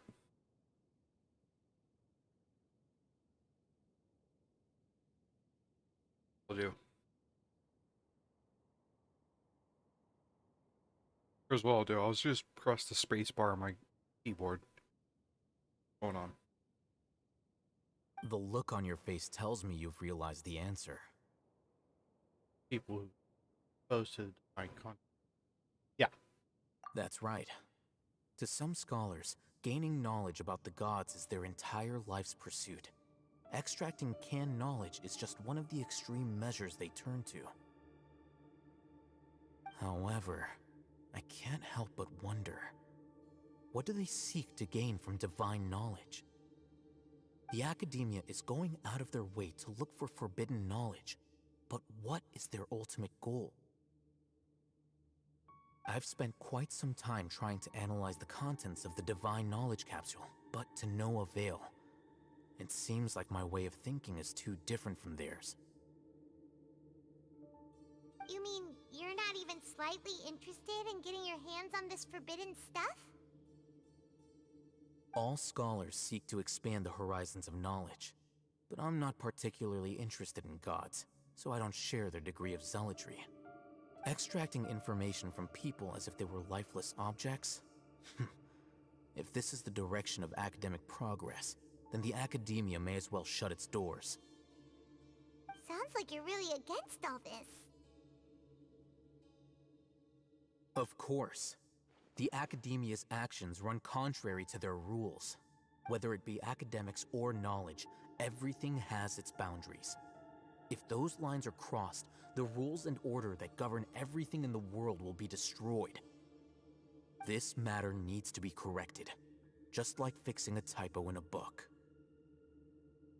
Wait, didn't you step in to help because you felt sympathy for those poor people? Not to be callous, but no. My criteria are a little more restrictive than that. There is no shortage of suffering in Sumeru, and the same can be said for the rest of Teyvat as well. What do you plan to do about that? Save every last person? I could try my fucking best. Probably not. Paimon's not sure. Those are more personal. I still haven't figured it out yet. You can say that. Simply put, I don't blindly place my faith into strength or heroism. I do what I want. The Divine Knowledge Capsule is something I want to investigate in full. That doesn't mean I'm willing to take action for the sake of a few strangers.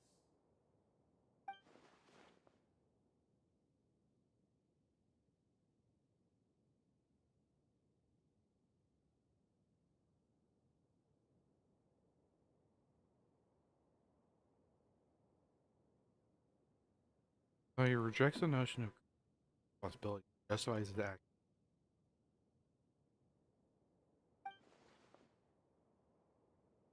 Someone like him might be better.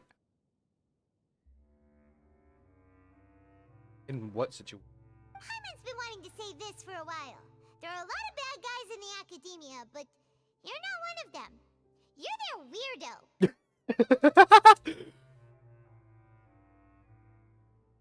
Alright. Take another quick pause. Is those soft tacos were.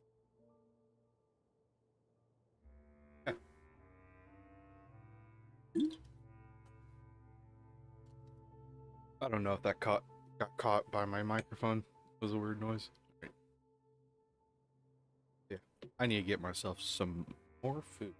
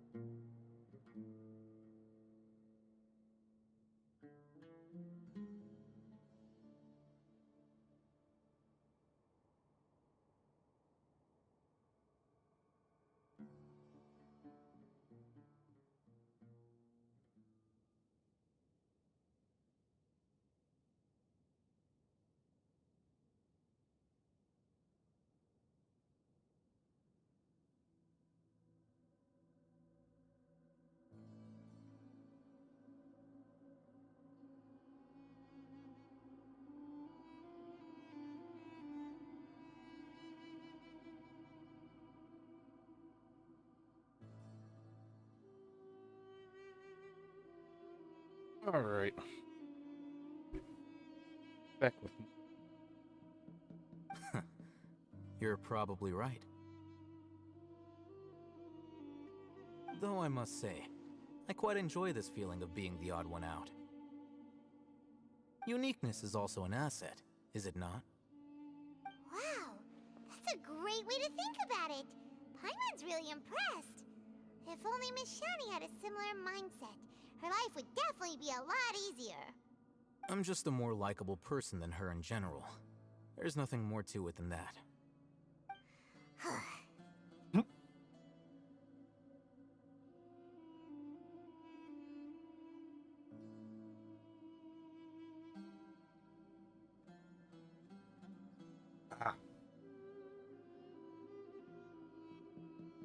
Alright. Okay, what about him? He won't last long if we leave him here. Let's take him with us. We'll work out our next step after we return to Aru Village.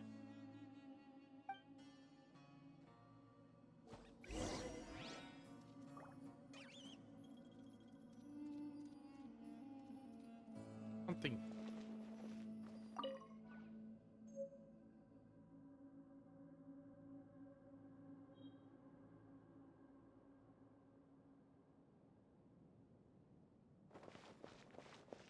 Oh, we found the key that we need.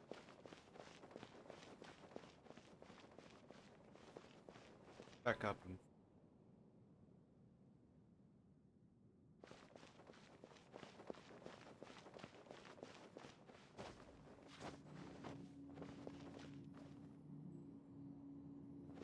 doing everything with my left hand. Give me a moment.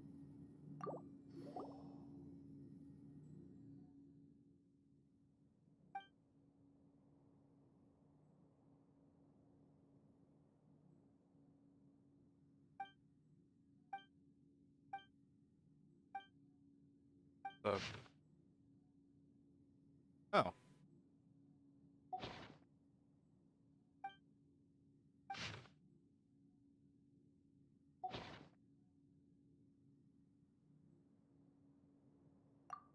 Bliss here.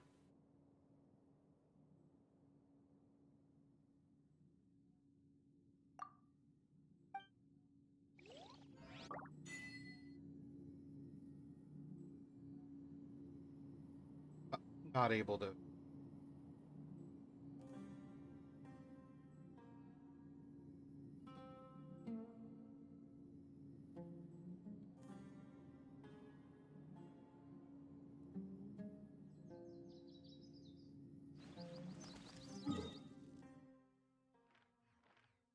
head back over.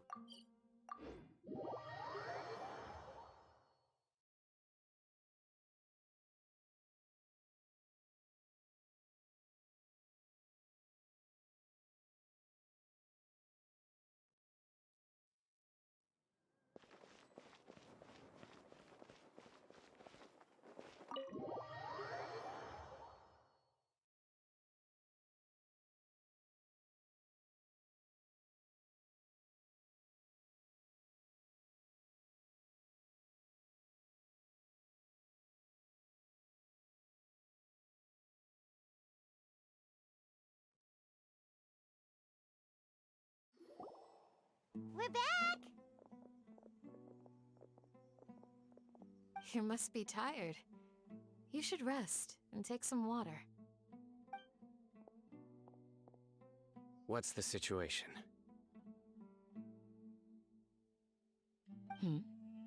Who's this?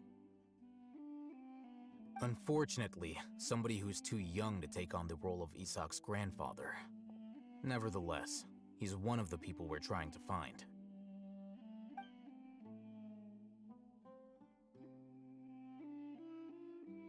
So, at one point in time, the abandoned Elazar Hospital served as the Academia's site for extracting divine cant knowledge. Yep, pretty much!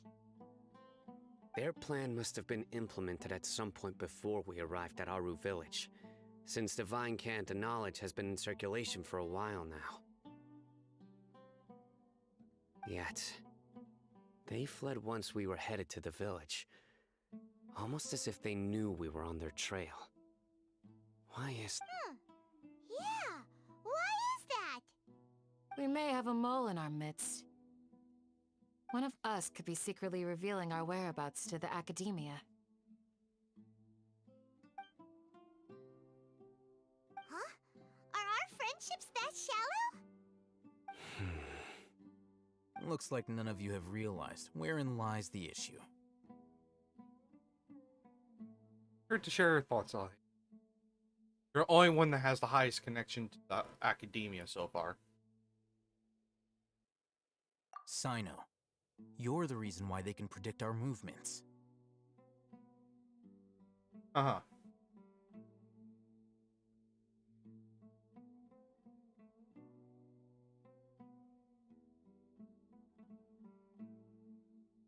Why do I sense a load of bullshit? Wait, what's that supposed to mean?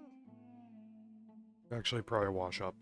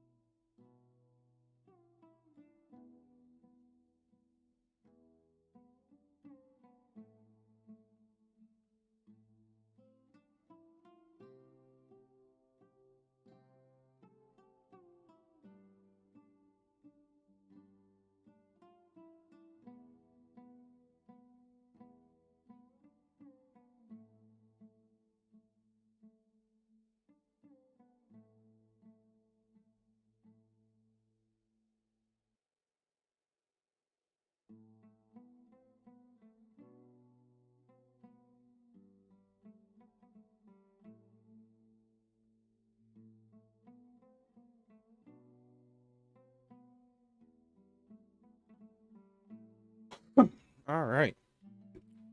Now we can properly get back into this story. The juicy Archon Quest that is Act 4. So how is Sino behind all this? What's this theory about? Choose your next words very carefully. It is simply a logical inference. I have my reasons. So what you're saying is, Sino's the mole. Interesting. And here I thought you were the most suspicious one, Alhaitham, since you were always acting alone. I know. You have a point. But I realized something as we were returning from the hospital. Sino isn't like any of us. What are you trying to say? Do you still remember who you are, General Mahamatra? As a Matra, you are no doubt privy to certain kinds of information. Before you can take action against someone, you are required to have all the facts available, including the less than savory details. Simply put, the academia has traditionally allowed you access to a wealth of sensitive information. Knowing their modus operandi, wouldn't you expect them to take precautions against you? If you want to raise a vicious wolf, you need to make sure that you can avoid its bite. The academia is monitoring me? It's not that simple. The academia has eyes all over Sumeru, but they have a special protocol for dealing with you. Every so often comes a Nyagarbaha Day. On this day, the academia enters new information into the Akasha through knowledge capsules. I remember seeing a thick notebook next to the control panel once. Its contents were all about the General Mahamatra, his activities throughout the day, preferred methods of enacting judgment, everything. You're saying that the academia entered my information into the Akasha too? But what's the point in doing that? My actions aren't important enough to be added into the Akasha. Every little detail counts. That's where you're underestimating you're underestimating the power of knowledge and the power of the academia and what they deem necessary, right? Every little detail counts, essentially. Every single detail is accounted for, no matter how small it is or how unimportant it is. The Akasha is capable of computation. The Akasha's algorithms are entirely capable of predicting your movements using the data entered.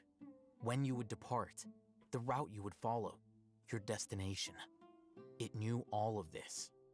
It predicted my every move. The Academia has been watching you longer than you think. So that's how it is. Sino adheres to his principles so strongly that he's actually a thorn in their side. Tenacity of will and steadfast faith are worthless to the Academia. They need scholars who are easily pliable and mindlessly go after anything they can profit from. Sino, don't take it to heart. This just proves how much of a trustworthy ally you are. They escaped because of me. Don't blame yourself. It's not like any of us would have known. Not too sure about it. Alhaitham knew. I have an idea. If they predicted my movements, then I might be able to guess where they went. Whoa, you bounced back fast. There is always an opportunity for safety after danger passes. Oh, so that's how it is! Paimon gets it now! If the Academia is trying to avoid Sino, then the safest place would be... One step behind him. Oh! Yep, that's right! They'll want to proceed in the direction opposite of where I'm going.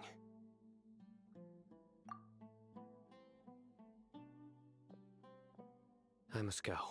There's also something I want to investigate. Let's go, guys! After him! Please, wait! I want to go too! No! You want to go too? If so, you have to promise you'll stay safe. Why, Candace? I want to find Grandpa. I promise I'll be careful and not cause any trouble. Everyone, I leave him in your hands. Yay! Let's go! Remember to pack some food with you. Paimon feels like we're missing someone, though. Yeah.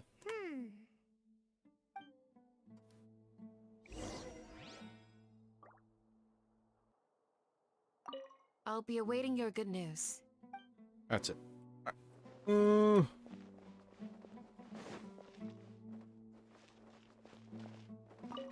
Out the door.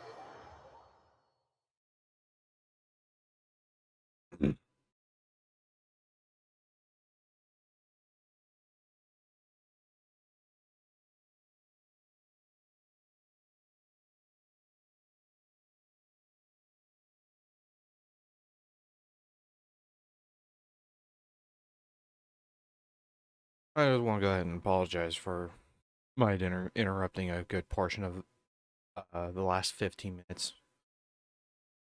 But some things I can't necessarily control 100%, and I needed food. Plus, it's fucking soft tacos. I can almost down a dozen of them. They're not like street taco size. No, they were the fucking regular ass corn tortillas that we're using. Oh my god, they're good. Call me a glutton all you want. Fucking true. I ain't gonna hide that.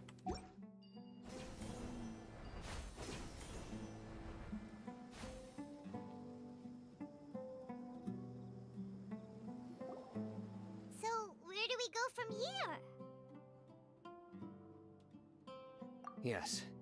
After leaving the village, we should head straight toward the desert.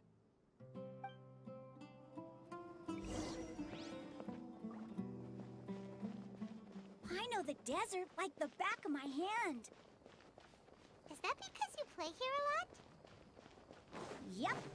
One time, Grandpa almost got lost in the desert, but I was the one who brought him back.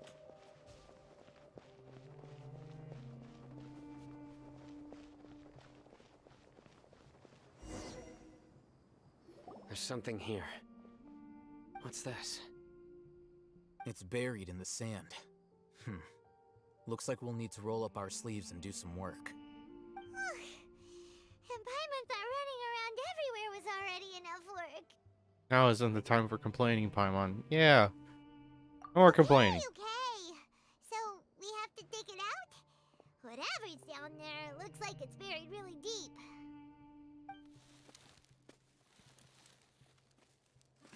These are likely fragments of an academia-developed device, something akin to a headset. Looks like there were more than one village keeper. They must have been escorted this way because there are device fragments scattered around here. Let's split up and search the area. Chances are that we'll find other things nearby.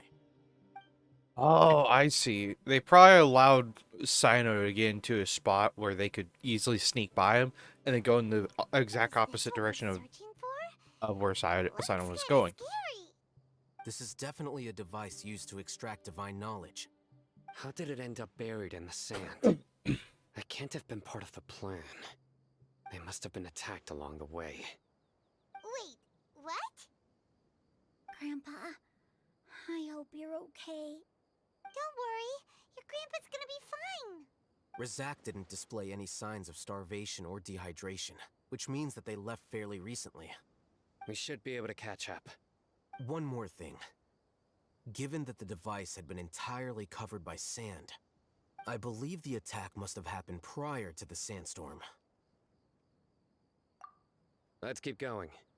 They can't have gone far. Ugh. But running on sand is so tiring. But you're flying, aren't you, Paimon? Is flying over sand tiring too? Of course it is!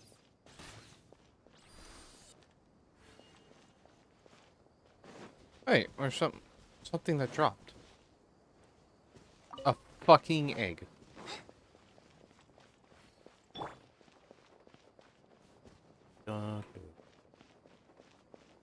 Voices, over there. It sounds like an argument. Whoa, Can't move my you mouse. have really good ears. There you go. Don't get any closer. They'll notice us. Dia's talking with the Eremites? Very interesting. Let's listen in. If you had informed me sooner, there'd be plenty of room for us to... You're one of us. We would never lie. Scholars. You don't know as much as I do. Need me to... I knew it. That's our Dia. Dia? Why would you? Dia! Hey, what are you doing? Huh? Didn't you say you'd help me find Grandpa? Why are you on their side? Well, look who's here. Ain't that something? This complicates things. You've betrayed Aru village? So, this is the great General Mahamatra. Dear, you'd be better off as my assistant than hanging around with this motley crew. Seen for yourself, I have the means and methods, and my ideals are far more admirable than theirs. I'm not the type that's easily swayed, Raman. You of all people should know that. Wait, what's going on, Dia? Whose side are you on here? Shut it, Paimon. Damn. It doesn't matter. Whichever side you pick, nothing could deter us from the grand mission of resurrecting the Scarlet King. Once our Lord of Old returns to this land, we will have a new beginning. Face the facts, Raman. It's not gonna happen. You should understand that more than anyone. Have all your years as a merc taught you nothing about placing hopes in a ruler? I'm a desert dweller and a proud follower of the Scarlet King. Whether I live by the edge of the sword or in peaceful comfort, my soul will always carry this conviction. It's not too late yet. The village mad scholars aren't gonna bring the Scarlet King back to life. You don't understand, my dear lady. Pursuing our faith is our purpose in life. Even if the chance of success is 1 in a million, we must be willing to give everything we have. Even if it'll expose you to the academia? Even if they end up disbanding the Eremites? Your Eremites, which you've worked so hard for all these years? Yes. We've waited a long time for this day to come. The sun and the moon no longer shine here. All you see now is cracks in this desiccated land. But fate has finally dealt me a hand to play against the Academia. With these scholars in our custody, we'll stomp the Academia's forces and fight our way beyond the wall of Samiel. Ridiculous. Think about it. The Academia controls the entirety of Sumeru. Your powers are negligible in comparison. If you still don't believe me, then try asking these 2 men. They're also against the Academia, but neither of them are as arrogant as you are. They look more like pawns of the Academia to me. Why would I listen to anything the people of Greater Lord Rukkhadevada have to say? Filthy traitors. Your god abandoned all honor and betrayed the Scarlet King. We desert dwellers will never trust the likes of you. It's impossible to communicate with someone so hostile. Perhaps we should. Do you really believe that by kidnapping the scholars, you'll be able to negotiate with the Academia? These people have no value as bargaining chips, but I could be persuaded to take their place as your next hostage. These scholars were exiled from the Academia. I, on the other hand, am their current scribe, and will be a much greater asset to you. Wait, you can't be serious. So, you want to trade places with the hostages, do you? Precisely. Any wise person would gladly accept my offer. What are you thinking? What if they decide to kill you instead? Well, that would be bad luck for me. However, I'd get the chance to observe the scholars, perhaps even find out the truth. Think you can talk me over with that confident look of yours? I'm not trying to persuade you. I'm using this as a means of joining forces against the Academia. You are the scribe. What do you have against the Academia? Not all desert dwellers believe in the Scarlet King, and the same applies to the Academia. Why must all knowledge seekers approve of the Academia's way of doing things? You Academia scum. Every last one of you is nothing but a hypocrite, just like everyone else on the other side of that wall. I've made myself clear enough.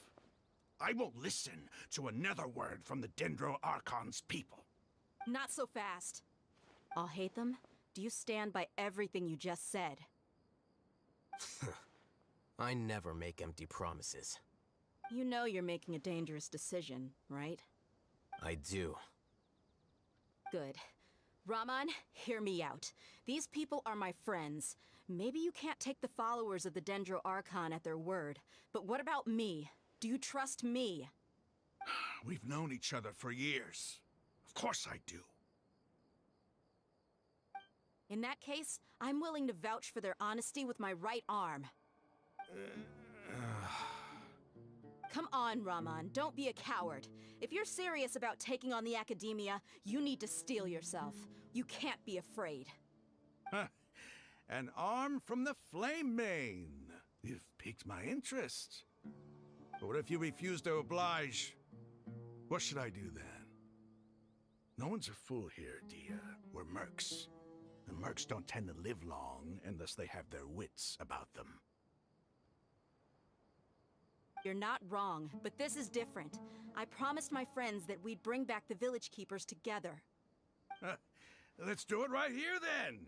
Give me your right arm as proof of your resolve. Don't listen to him! He's not even trying to negotiate! He just wants to make things more difficult! That's fine. Are you crazy? We came here to save lives. One arm for that many people is still a pretty good deal, if you ask me. Raman, I'm holding up my end of the deal here.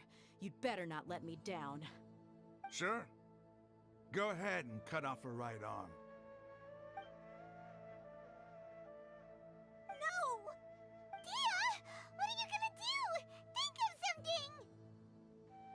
You don't have to go this far. That's not for you to decide. Do it!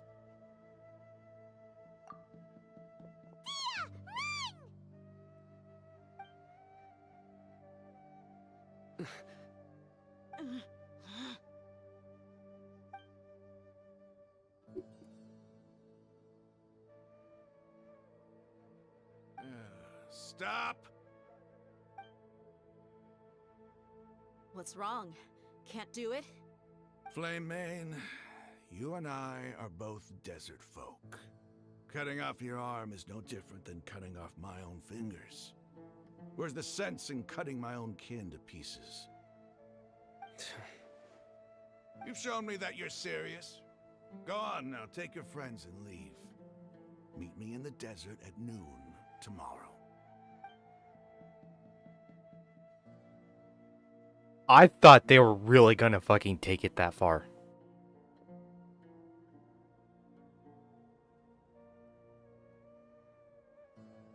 Oh, that was tense.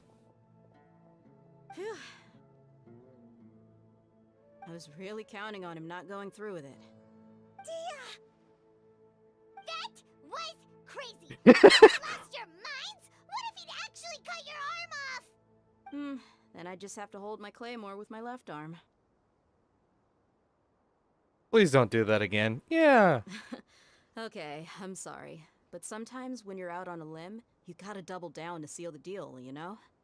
Don't ever make a promise like that again. I can deal with the likes of them. If it came down to it, you would not lose to them either. I don't doubt it, Sino. But this is about more than me and them.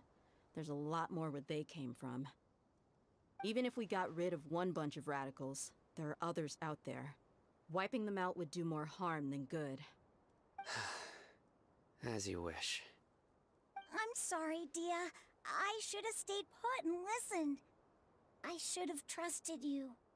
It's okay. I promised you I'd help find your grandpa, so I'll do whatever it takes. Whatever it takes? You just might be scholar material. Huh? Are you serious? The Eremites once said that I was a lunatic. Perhaps a little madness is essential to be successful in research. Why does it feel like he's using his praise for me as an excuse to brag about himself? He was just stating the truth. Okay, let's get moving. We should head back to the village and rest up. Today was just a trial run. Noon tomorrow is gonna be the hard part. You think? Thanks.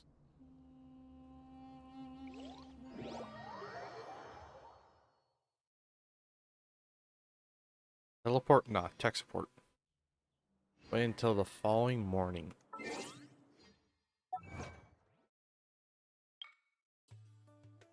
People don't want.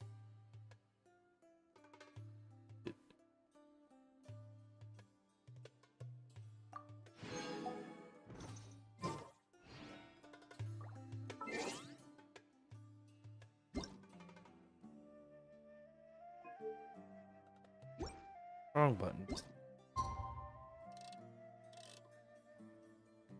609.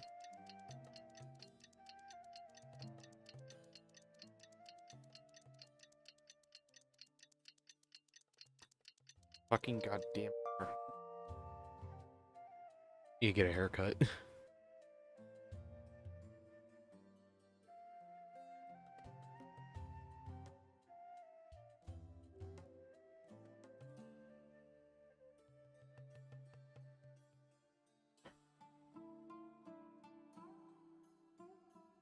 All right. Entrance it. You're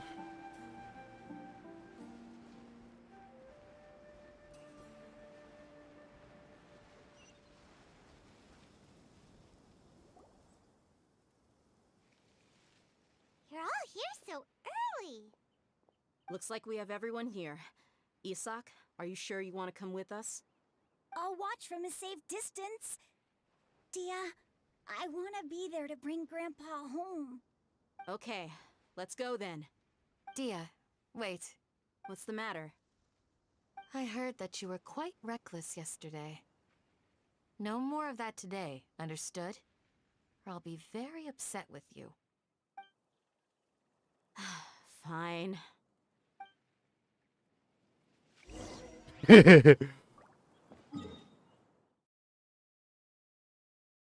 Holy shit, we have some distance to cover.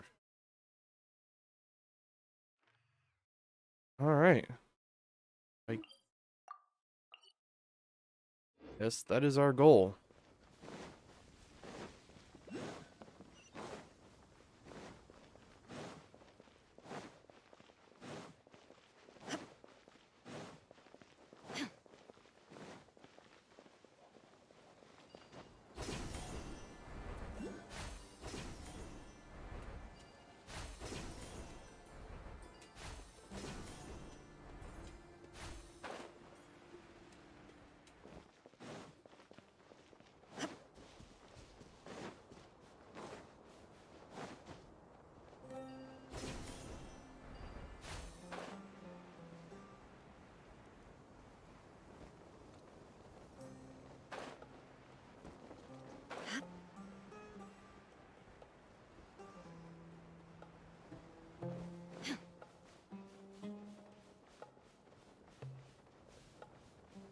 Guess there's a cave network under here.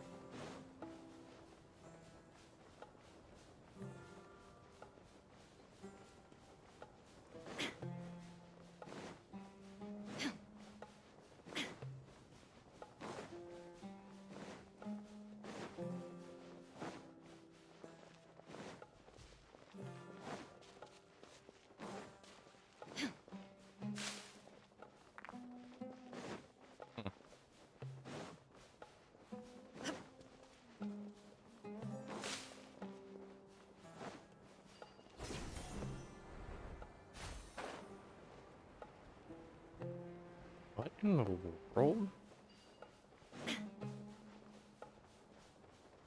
Oh, it's a withering zone.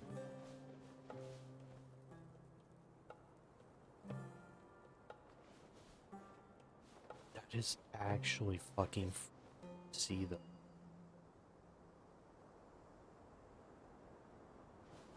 This is a withering zone that stayed for a fucking while. There's no life to it whatsoever.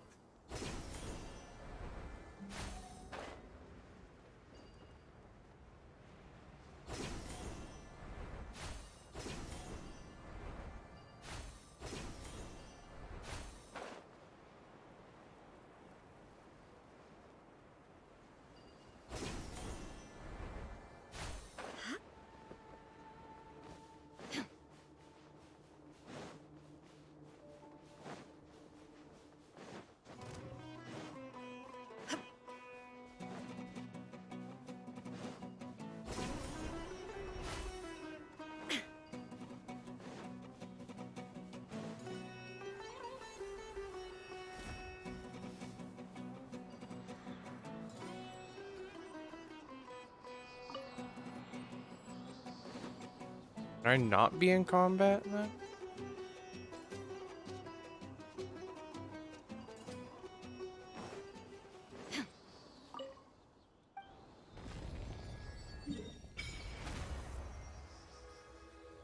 Mausoleum of King Deshret. Wow.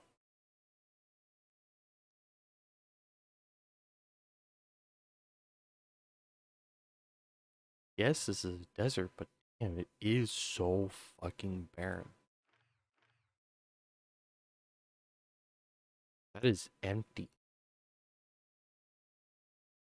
Oh, we're talking about an area, you know, the size of this, right? The size of this same area. This area feels fucking massive, right? Like, that's even bigger. Damn.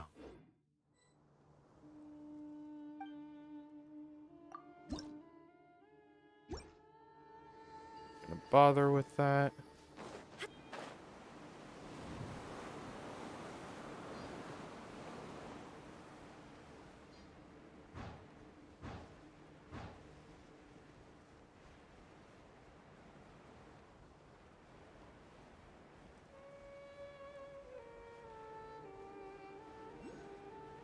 viewpoint.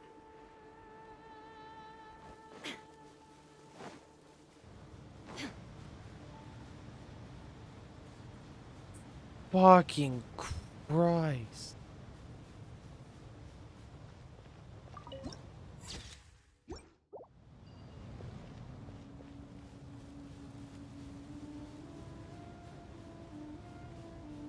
Don't exactly want to fuck with those yet. Once again, it's underground. God damn it. I have a feeling that most of what there is to explore is all going to be underground.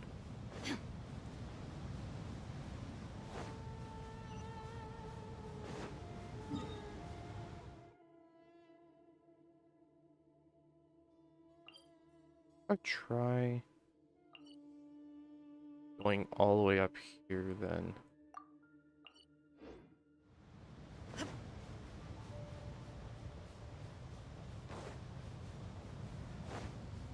I have a inkling of an idea of what I should actually do, which would be to go through this fucking pyramid. But we're gonna go around.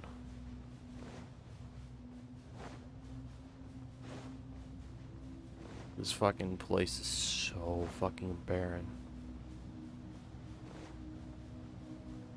Like, it is like properly empty, and you feel it.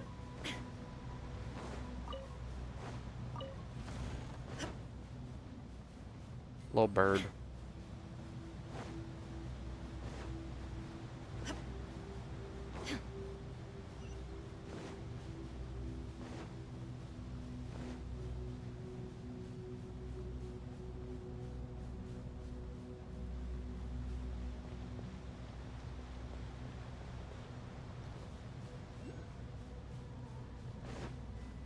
Want to pick up the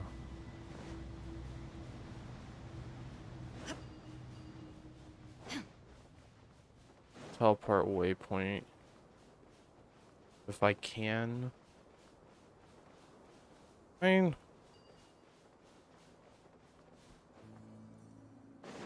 wait, hold up. How close did I need to be for?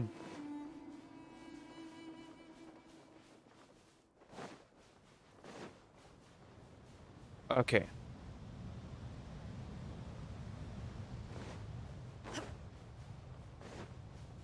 Because I'm close to it? Yes. Proximity thing.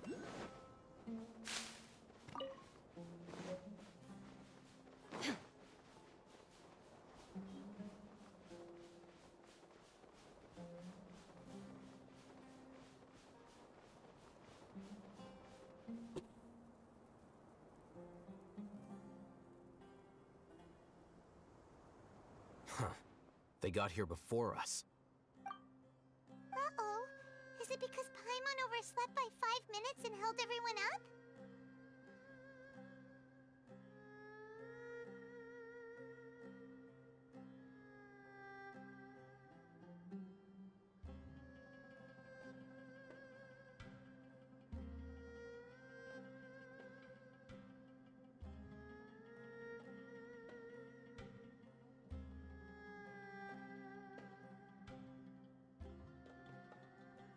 All right. Is everything ready? Absolutely. Although, you brought fewer people than I imagined. Bring him over.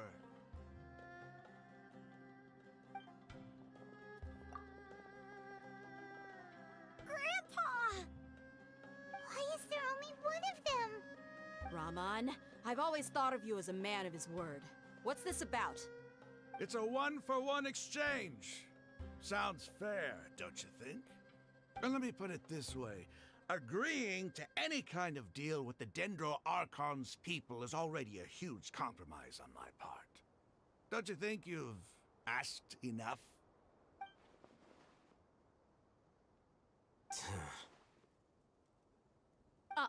You stay right there! Cutscene impact. Let's go. We're gonna see Dia in action.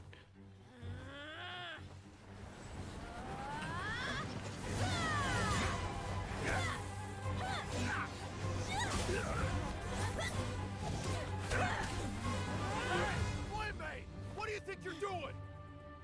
Grandpa! Don't you see this blade here? You coward!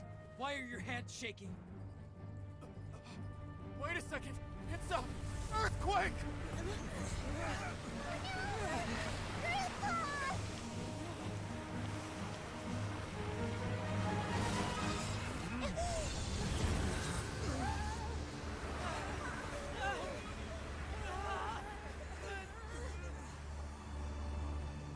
What the fuck?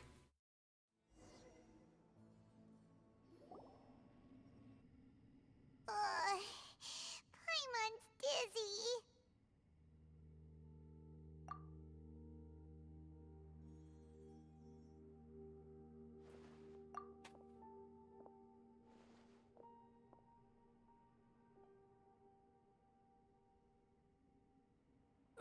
This day's going just great.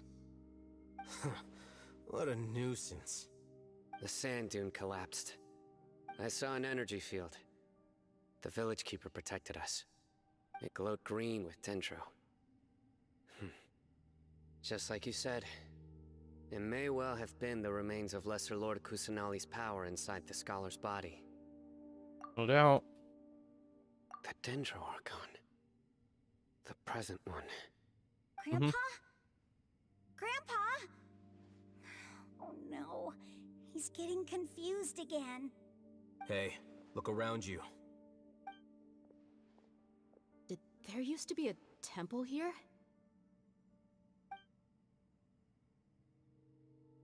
It seems that when the sand dune collapsed, it exposed these underground structures. The symbols on the gate belong to the Scarlet King's civilization. This structure must be ancient. Over time, the sandstorms completely buried it and left it in the state we see now. It could have been an underground palace in the distant past. Oh, a miracle. Praise the Scarlet King! What's he doing here? And his men too? They must have fallen down here with us. Pretty lucky if you ask me. Most of them seem in really bad shape.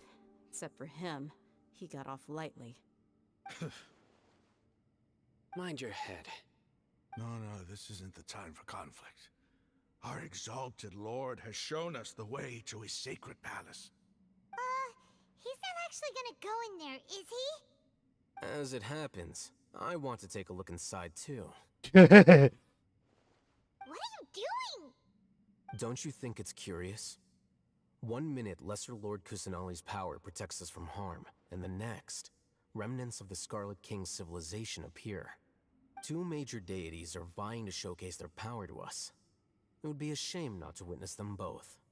Paimon thought you weren't interested in gods. Indeed. In my view, gods are just a higher form of living being, or creature, you could say. New discoveries are always worth investigating. Whether they have anything to do with gods is neither here nor there. Raman, what are you gonna do about your men? I'll just let them lay here. The Scarlet King will take care of his people. Right now, I'm going inside.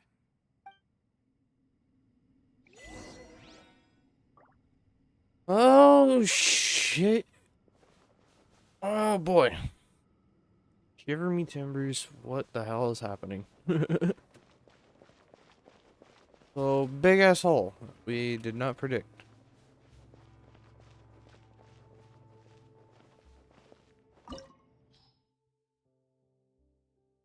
Pyro, electro, and cryo.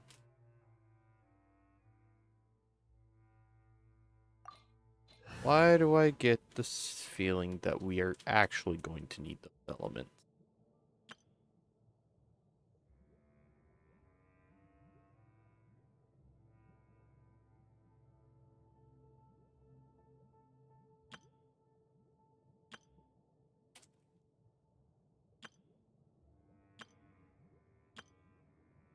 What would serve as a good bait?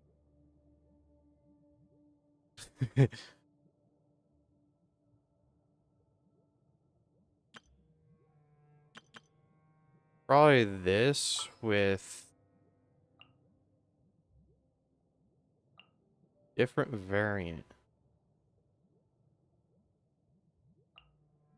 Probably swap out Xiangling for... Oh.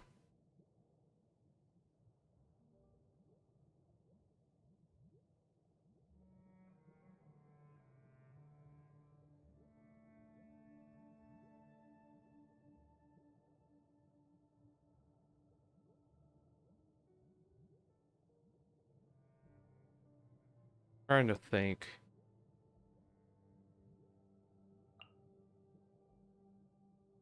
Swap her out for...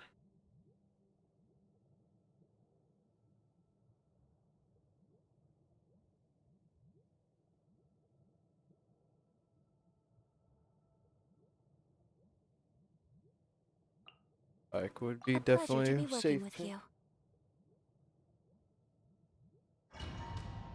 I forgot to swap them over. Oh well.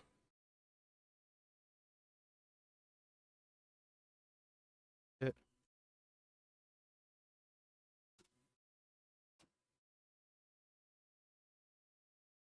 Oh, I need water.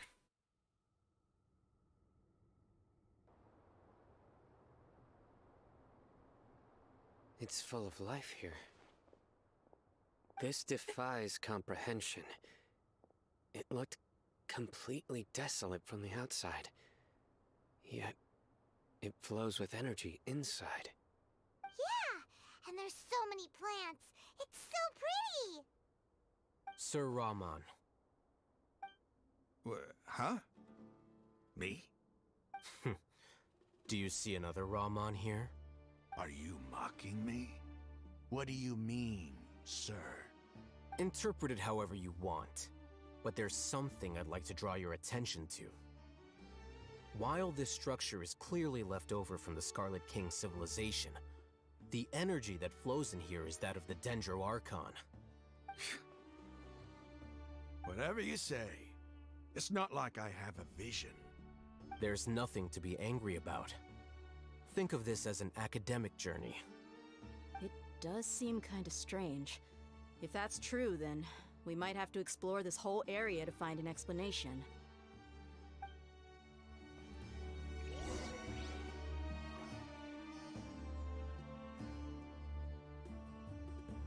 Watch as there's gonna be like a shit ton of...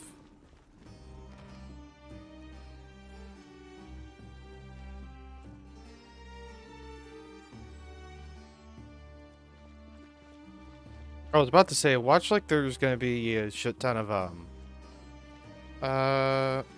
teleport waypoints in this underground area. Because I'm noticing that above ground it's super fucking barren. Like it doesn't even like have the same amount of frequency as what's in here. Mind you, we're not going to see any of them in here because this is a domain.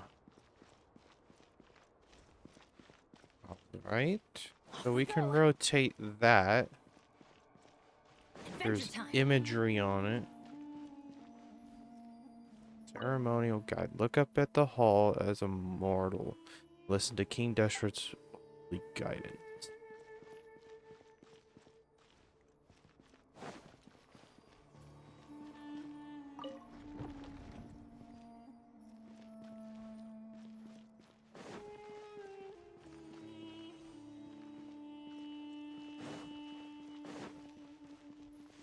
Off we go!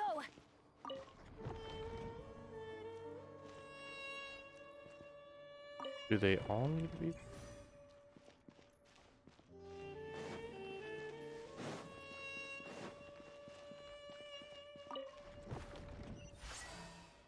Yeah.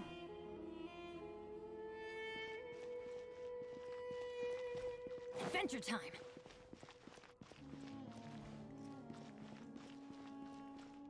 We'll check that out. I'll look around here.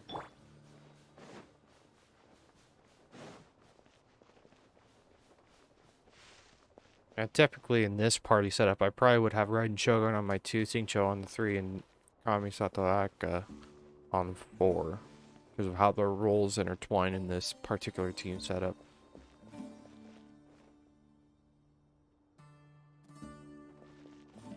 Activate. Elevator.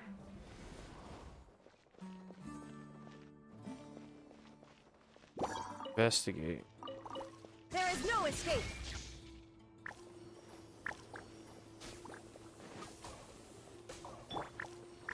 My apologies. Yeah.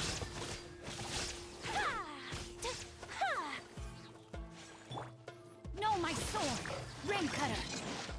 Time to act. I'm going in. Whirling snow. Yeah.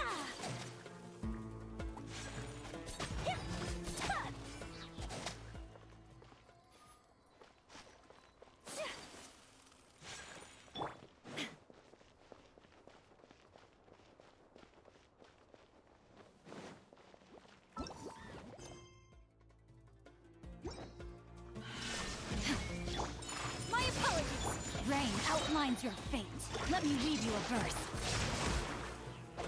Let's light it up! Take flight! Illusion shattered!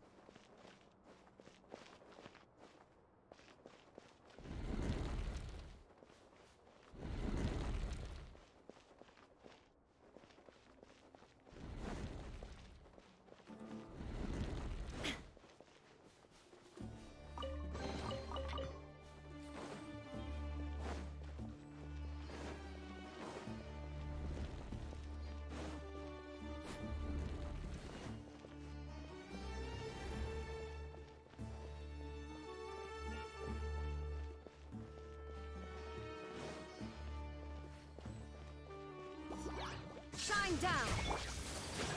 My apologies!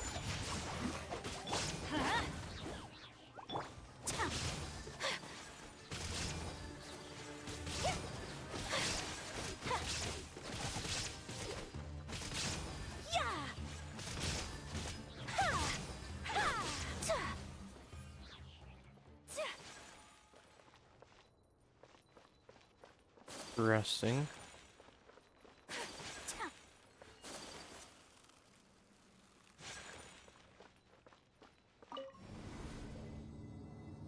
Go back up? Well, where does that take us?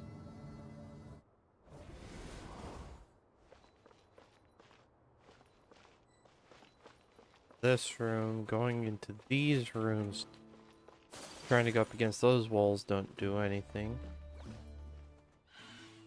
Curious message. So rude! Teamwork is dreamwork! Let's torn to oblivion! Ha!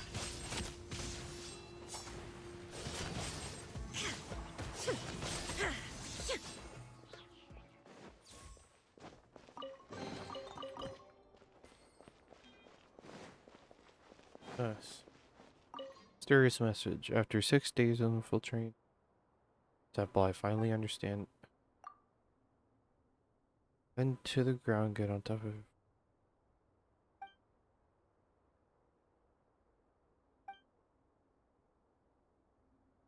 Okay. So we need to activate the elevator. Get on top of it. And then we can go back up.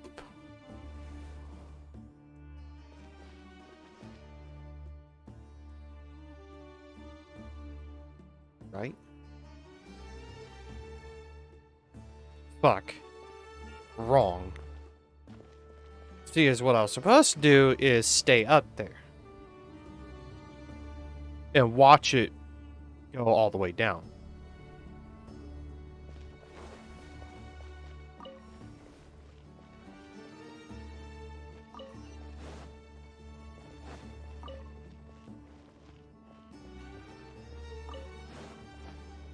There we go.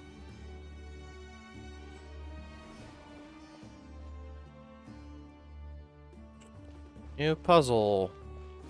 There is no escape. No, my sword. Witness the power of Gugwa. Everybody stand back. Embrace the ice.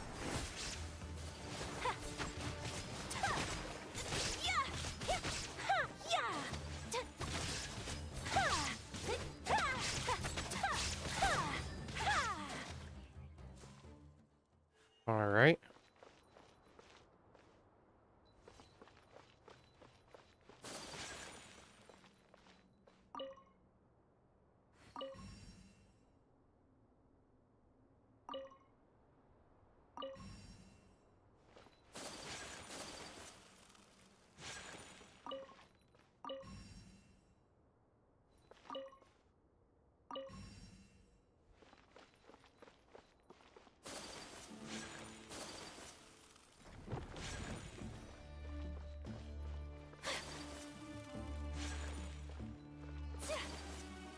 Oh, I have to match it.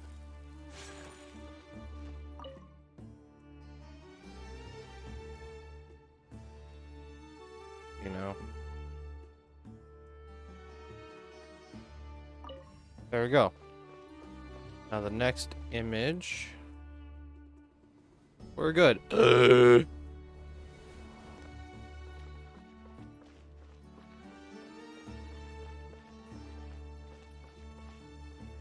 That it? Door.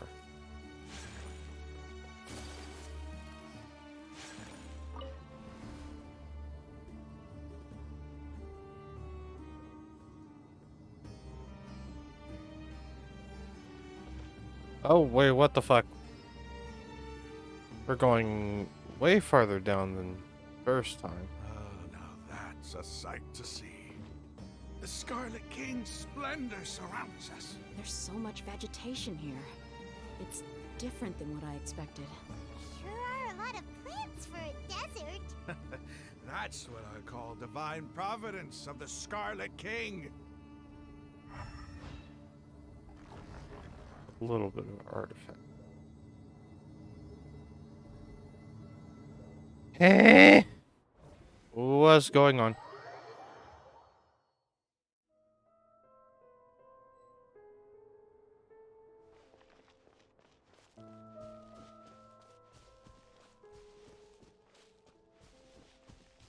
It's getting brighter. Oh, it looks so beautiful. The thing is why are these petals pink?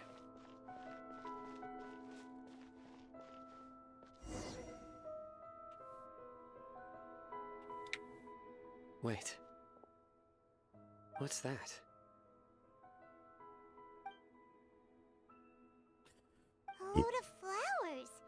And it looks like there's something among them. Looks like a tomb. Oh, these are Scarlet King runes.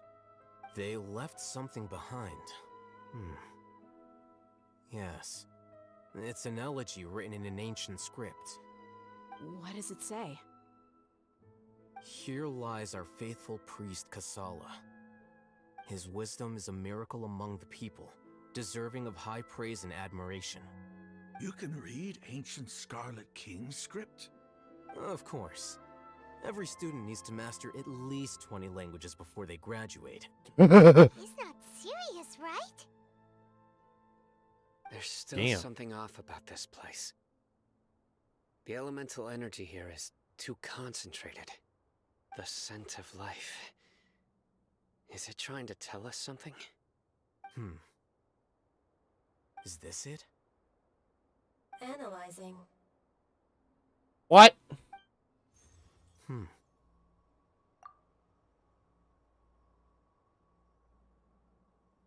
What is going on? There seems to be a hidden message among these skeletal remains. Excellent. There's a device from the Scarlet King's civilization in this gravesite.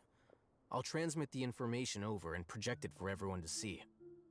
Isn't sharing knowledge against the Academia's rules? Yes.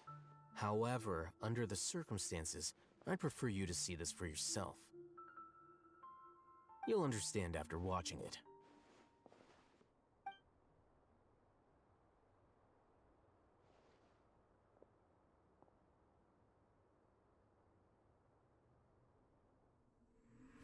Civilization is born of knowledge, but so too can knowledge be its demise. This story scene? A disaster caught us unaware. What is this? It was knowledge that did not belong to this world. The Scarlet King brought this forbidden knowledge into our world, and it quickly spread like a plague. People's minds were filled with crazed whispers. Dark gray scales spread across their bodies.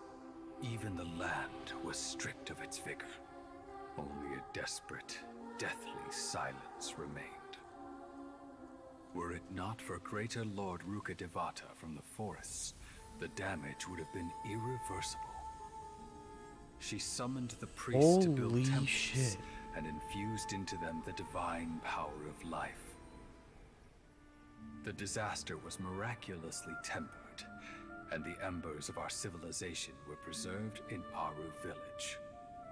Alas, the miracle could not last. As long as forbidden knowledge continued to exist, it would forever blight this world. In the end, the proud king of the desert, my eternal lord, chose to sacrifice himself. I have spent my whole life since guarding one of these many temples. But now, my duty is coming to an end. As I close my eyes for the final time, the sight of that noble deity will appear in my vision once more. In helping the Scarlet King to eradicate forbidden knowledge, she exhausted her strength, and her form became that of a small child. How strange.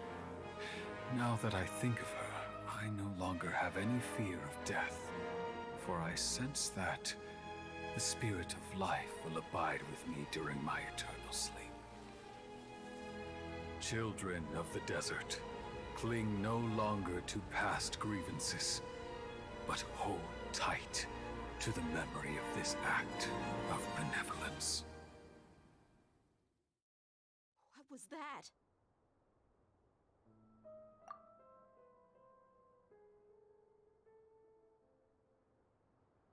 Oh my god. I'm going to need to watch that through a few times.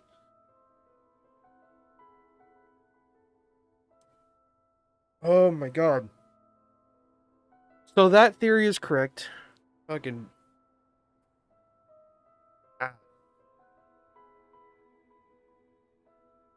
Eyes are watery. Okay then.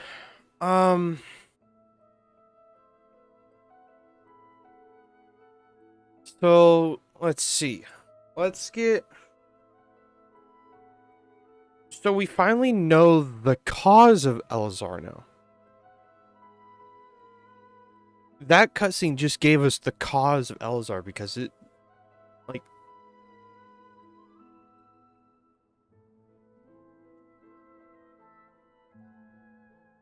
Scarlet King came across forbidden knowledge and spread it throughout his civilization, which caused multiple things, including Elazar's Elazar and the Withering, right? Many scholars and doctors of the academia are able to piece together the information and say that, the Withering and Elazar are deeply connected, but they don't know why. But it seems to be all connected through the fact that the Scarlet King spread forbidden knowledge to his information, right?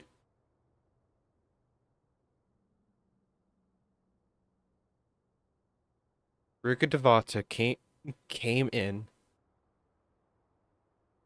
did as much as she could, realized there was nothing else that she could do more than to literally sacrifice herself and reincarnate.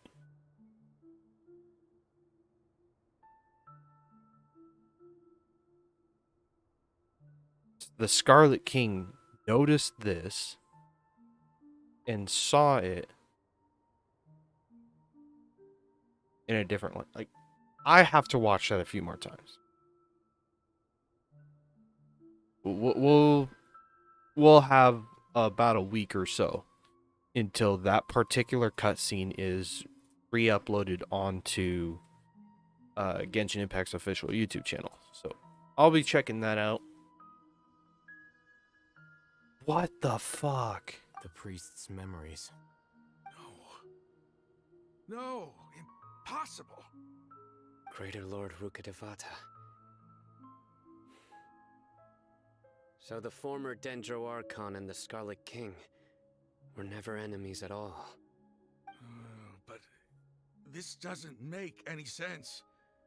The Dendro Archon's followers, they're clearly... Was that the former Dendro Archon? She became so tiny in the end.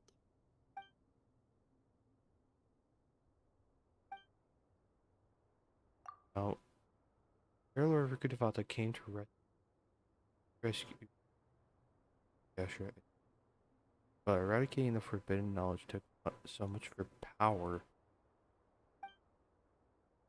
Two deities, entity, all this time, completely unaware that their gods stuck by each other through in death. You might be distrustful of the Akasha, but there's no reason for you to doubt the Scarlet King's technology. You've just witnessed his priest's last words.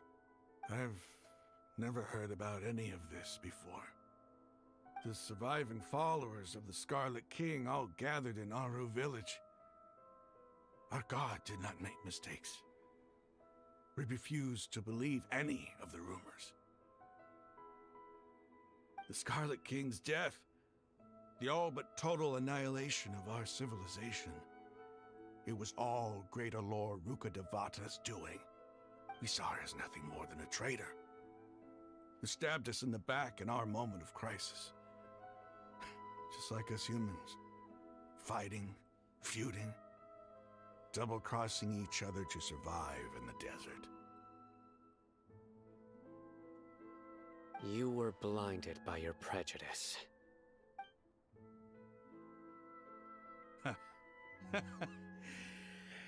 If I hadn't seen this for myself, if I hadn't witnessed his last words with my own eyes, ears, and heart,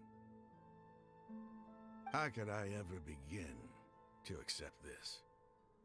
The truth is so far from what I've always known. Am I really supposed to believe that after all these years, all this time seeking revenge, suddenly now my enemy is my savior? Raman, that's enough.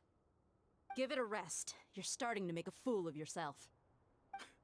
Dia, tell me, my Eremites and I, what are we even fighting for? Thoughts while the rest of the reaction. Hey, how you doing? I'll live. Thanks. I should probably go. Can't just stay here forever. What's your next move gonna be? Oh, I know what you're going to ask. I feel deeply ashamed of everything I've done.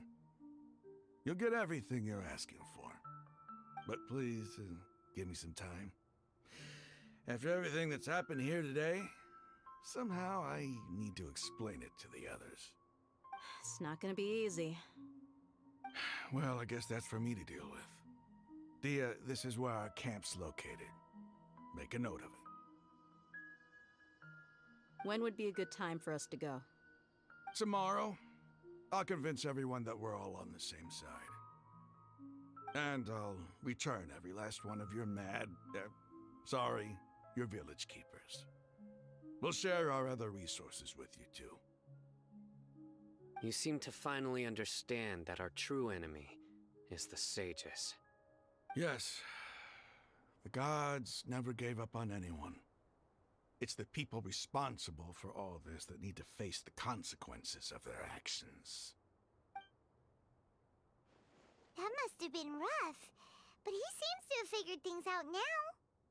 He's pissed, probably, about the sages. And he's probably pissed at himself because he now realized that he's just a fool. He was played like a fiddle by the fucking sages. A lie that was probably manufactured straight from the beginning by the sages.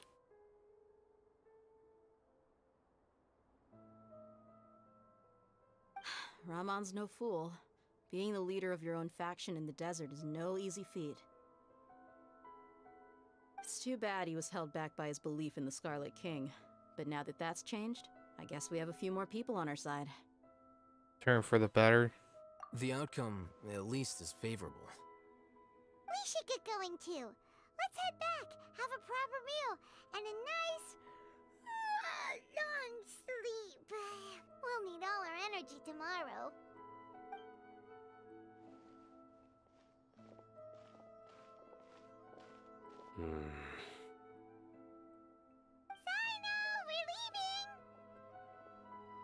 He's probably also realized that that last priest was his ancestor.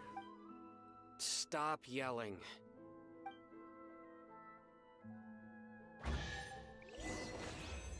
When the dark sun passes.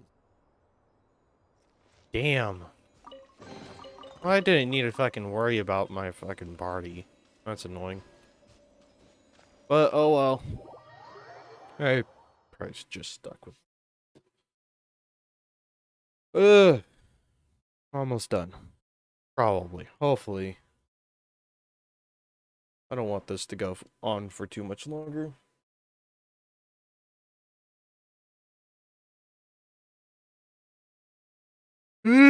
Fuck.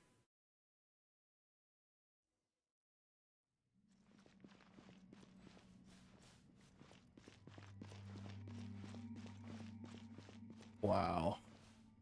Alright, let's rearrange this party again. Be back in line. Just sharpen my spear.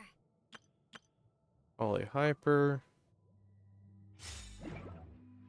The fun fucking team. I'll deal with this later.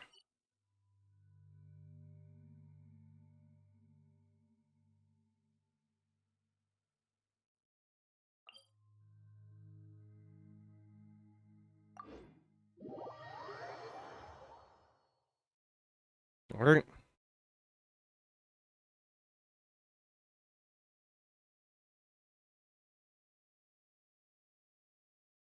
Well, I'm going to use this moment to grab myself some water for one last time. Then we'll probably push this through to the end. So I'll be right back.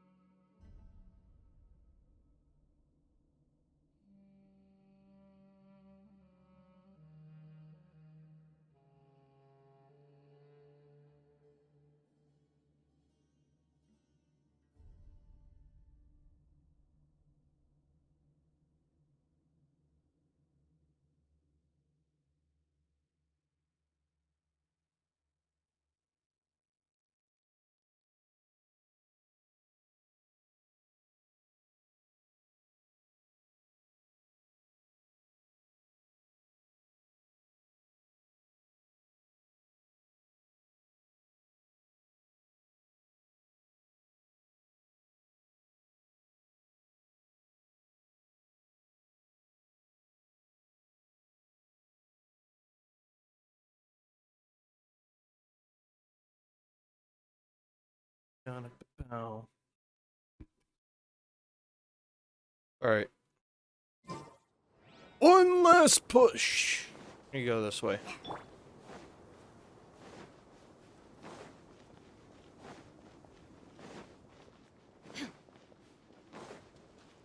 Yung.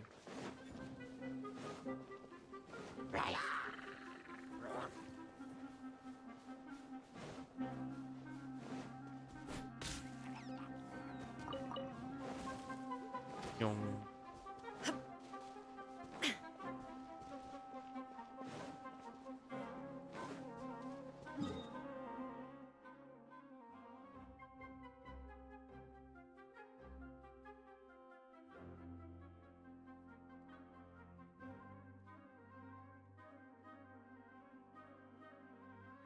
I think we should stop by this.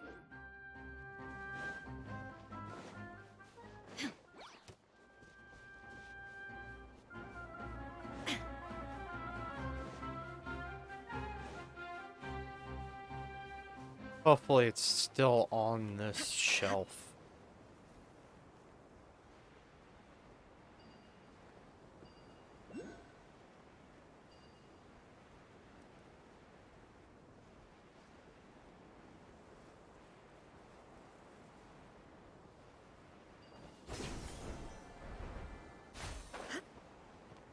Oh, well, it's up here, but take it.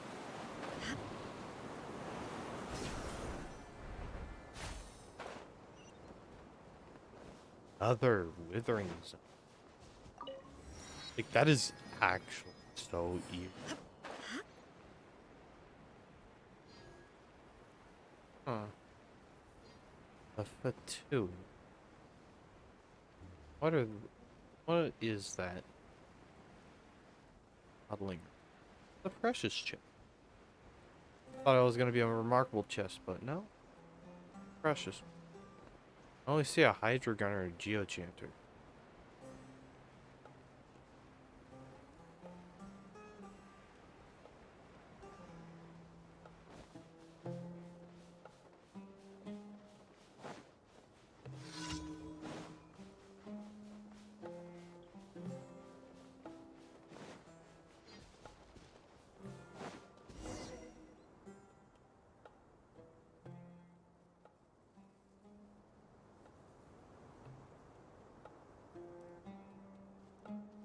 Raman, we're here. Everything's been arranged. Someone will bring the village keepers back to Aru village shortly. I guess all I can say now is thanks for agreeing to help. Don't mention it. I think we can both agree you went to hell and back for it. But we share a common cause now. From here on out, we're allies. Where are the perpetrators? I'll bring you to them. Follow me.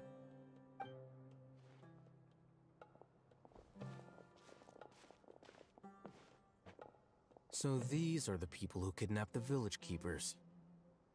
Oh no, it's the scribe! There's no need to yell. No one can help you now. We've been all over the desert trying to find you! That's right.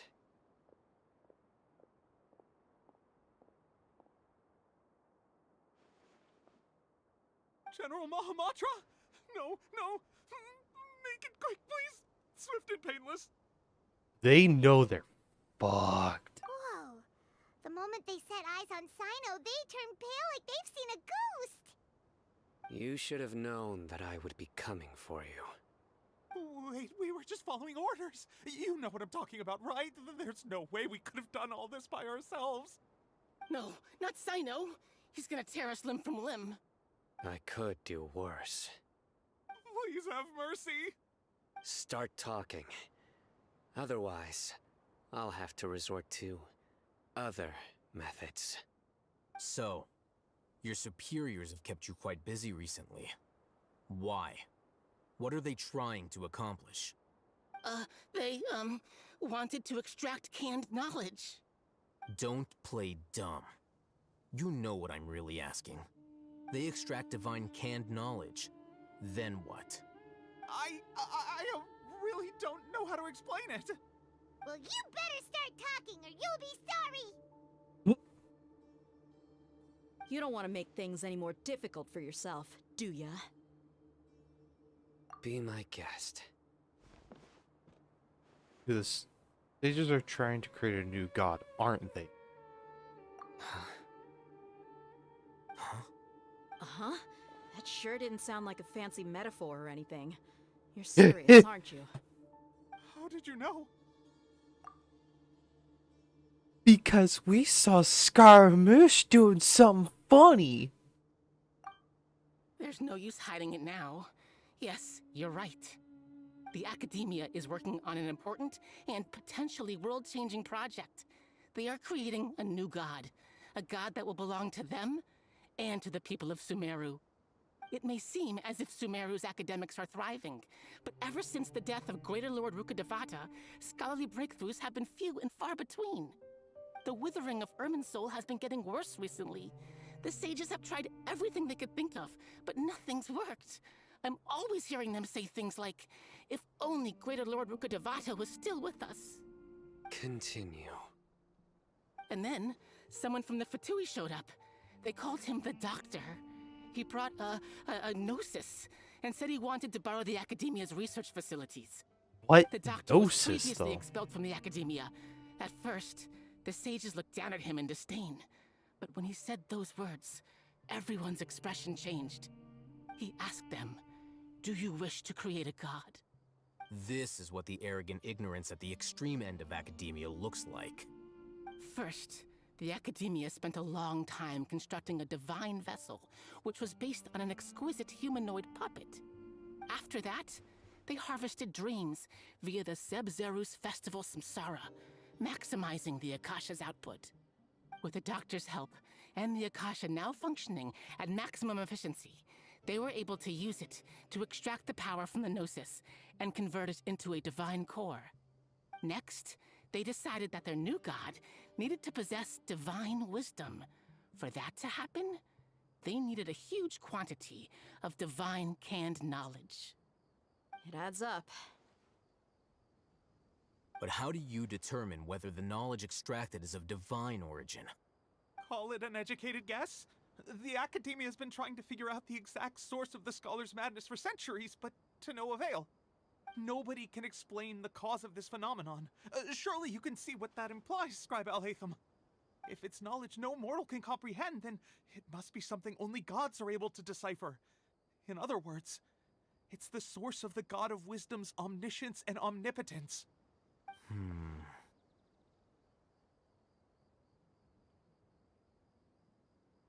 Stage's end product won't be Greater Lord Rukkhadevata, it'll be the Balladeer. You must have noticed by now. The Academia doesn't care about who their god is. It's the ability to exercise control over knowledge and wisdom that matters. It is as if they are cursed with a desire for omniscience and omnipotence that burns in their blood. Some organisms demonstrate phototaxis, and thus orient their entire lives in respect to sources of light. For the sages, their only source of hope is the existence of a deity who embodies the acme of wisdom. This is but a form of phototaxis. For many scholars, the absence of a god of wisdom means stumbling in the darkness for the duration of their lives. Then what does Lesser Lord Kusanali mean to you? Is she not a true god present in this world? If you already have a new god, why try to create another one? From the beginning, the Academia has never treated her as a god. When the Academia first discovered Lesser Lord Kusanali, the newborn god of wisdom, the sages hoped that she would be as wise as Greater Lord Rukkhadevata. But upon evaluation, they found that at the time, she possessed no more intelligence than any ordinary human child. The sages never had a ruder awakening. This forced them to accept that Greater Lord Rukkhadevata had indeed passed away. Not to mention that Lesser Lord Kusanali's Gnosis had been used to power the Akasha this entire time. By herself, she has neither an Archon's raw power, nor the spectacular insight expected of a god of wisdom. Slowly but surely, people began to forget about her existence. So, this is the path the sages have chosen. Even now, they still refuse it. Lesser Lord Ollie. Never imagined a god would be subjected to such. All right, let's try to keep our cool. If everyone's in a bad mood, then let's change up our scenery. Raman, give me a few men to help us escort the village keepers back to the village. And these two scholars, they're coming too. Sure, as you wish.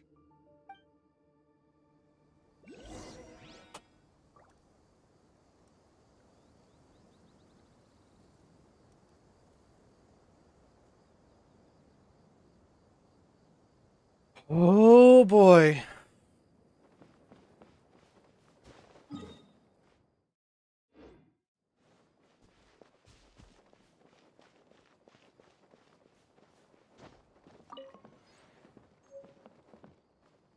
Continue 1,000 nights.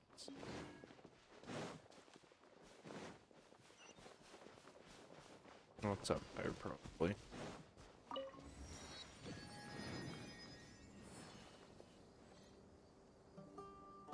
We're not gonna bother with that. We do have a nice teleport waypoint right where we go. We decide to explore the rest of them.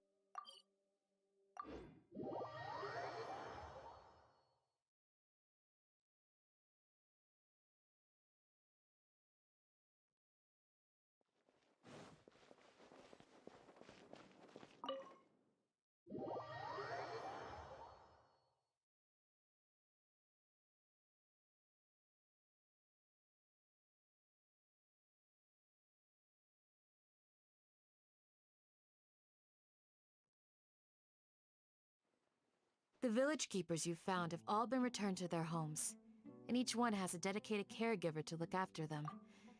The two new scholars are being kept under close supervision, too. Really great work, everyone. The atmosphere is so heavy. Hard not to feel weighed down by what we just learned. By everything Lesser Lord Kusanagi has done for her people, the Academia has abandoned her and sanctuary of Saratana like a lost cause. And those sheep protected have never realized there's such a small and childlike god in the world. Hey! Say something! Stop spacing out! Come on, is there nothing left to talk about? In that case, let's all get some water and try to think about something else. Or I can go fetch some snacks.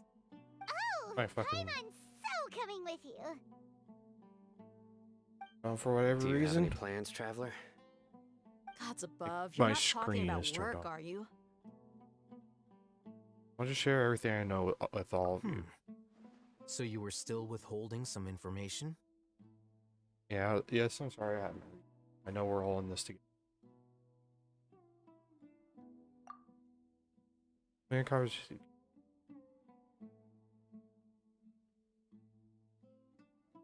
Sure hasn't been affected by the heavy.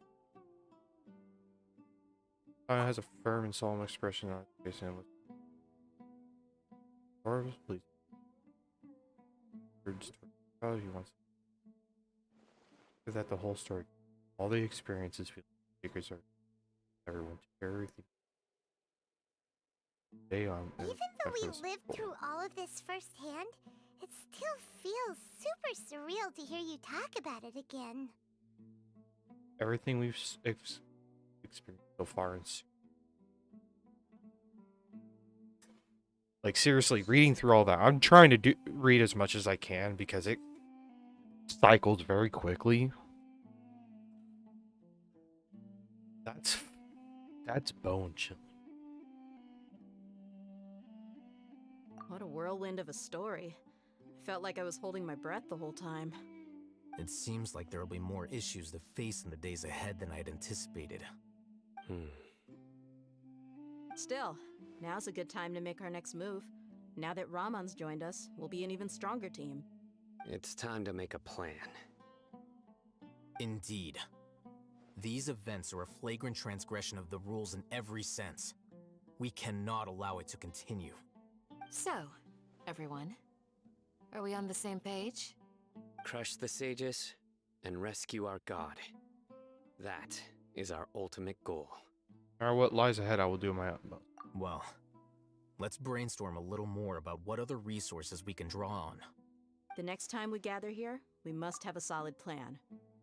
I'm so confused right now, though. I just thought of something. All right. So, first of all, it was the arrogance of mortals that, or so we think, if we were to put the Abyss as the enemy, as Conria as the aggressor. It was the arrogance of mortals that caused the downfall of Conria. Mortals thinking that they can get away and do anything that they can, that break the natural order of the world. Wouldn't creating a new god break the natural laws of Teyvat?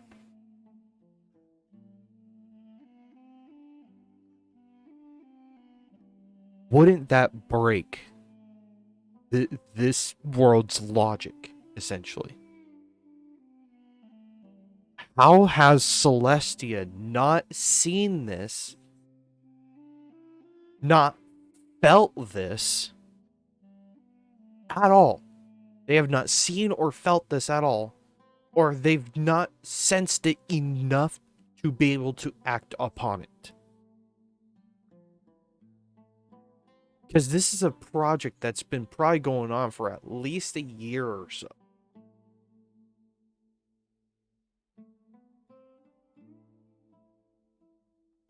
It's probably been at least a year since this plan has been in action.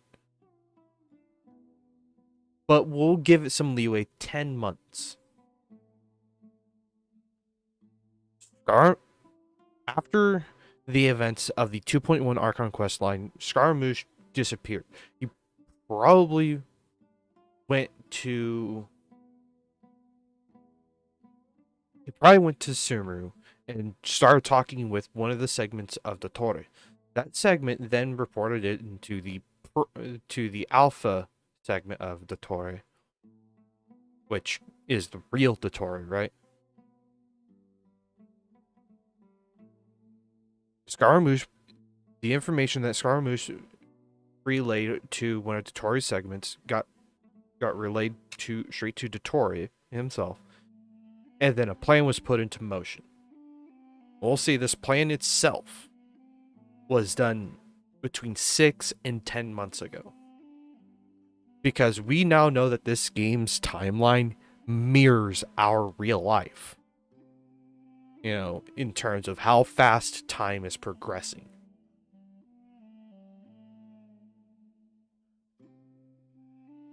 Alright. Yep, it'll work out for sure.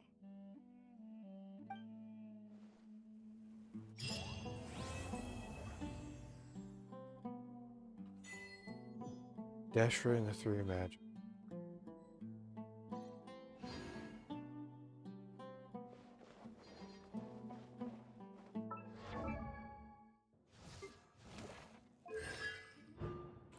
New constellation.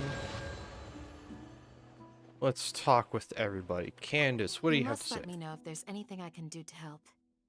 Though I cannot leave our village, I can't help but feel stirred when I see the looks in your eyes. I've never felt as roused as this when fighting alone in the past. I suppose this must be the power of camaraderie.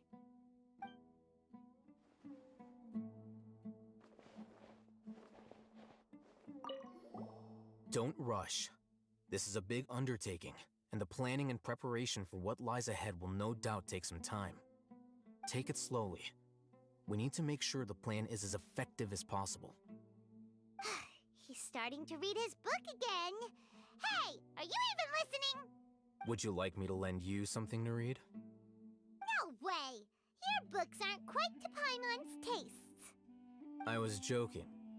I know my books are far too difficult for you, and I have no intention of lending them out. Ugh, you're so annoying.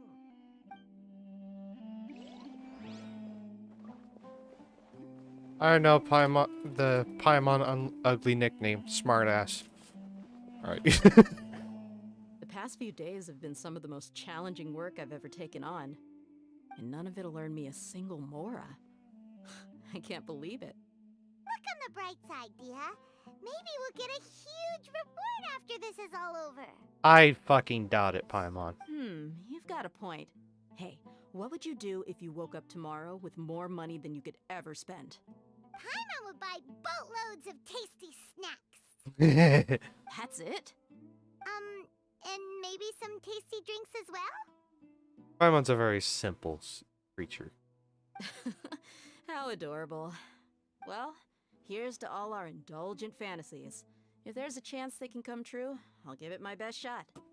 And here's hoping that everything we do from now on will change this world for the better.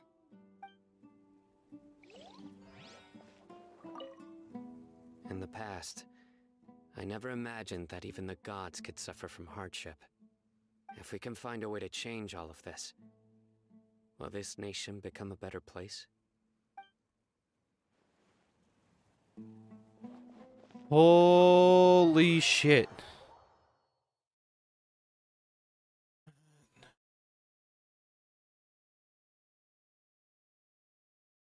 Three and a half hours and almost a dozen soft tacos later. We are finally done with Act 4 of the Sumeru Archon Quest line, and there's still much more to be. We've probably still even got 2 more acts left to plow through and properly do.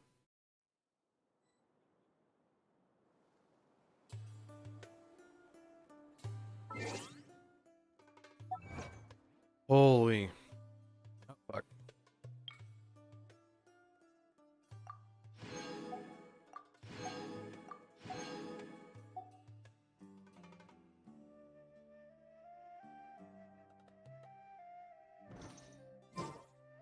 Inactivity serves no purpose.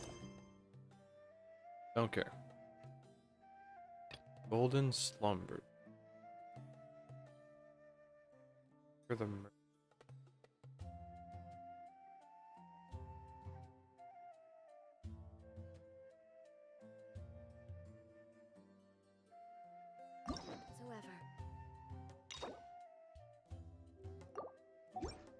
Alright. I'll find a better day to do the Sino story quest. Don't know how far away that will be. Okay, we've got some.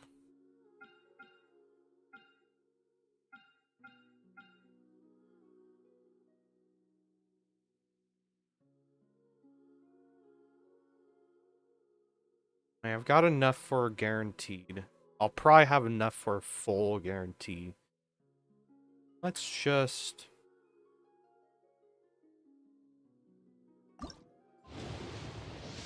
do a 10 pull.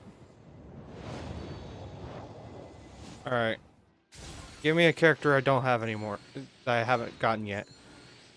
Candace, Cookie, give me both of them.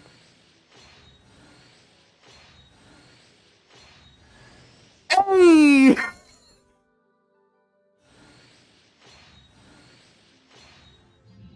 Hey, we got new Candace. Let's go, new character.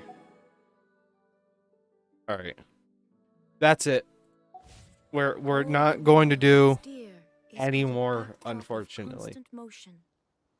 I don't believe in building pity or whatnot because I can still win the 50-50. Not worth it. Oh, that's so neat. Not exactly what I wanted, but hey, I will fucking take it.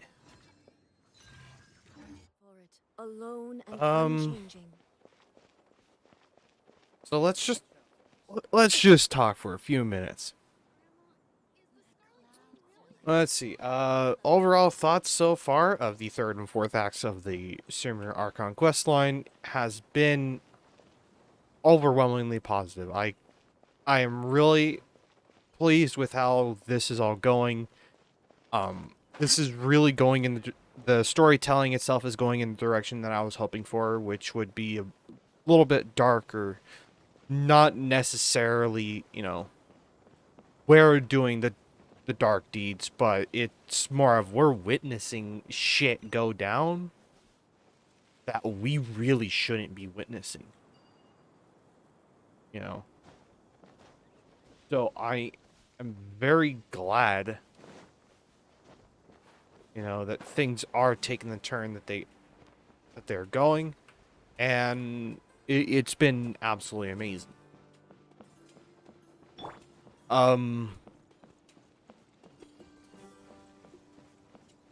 Holy.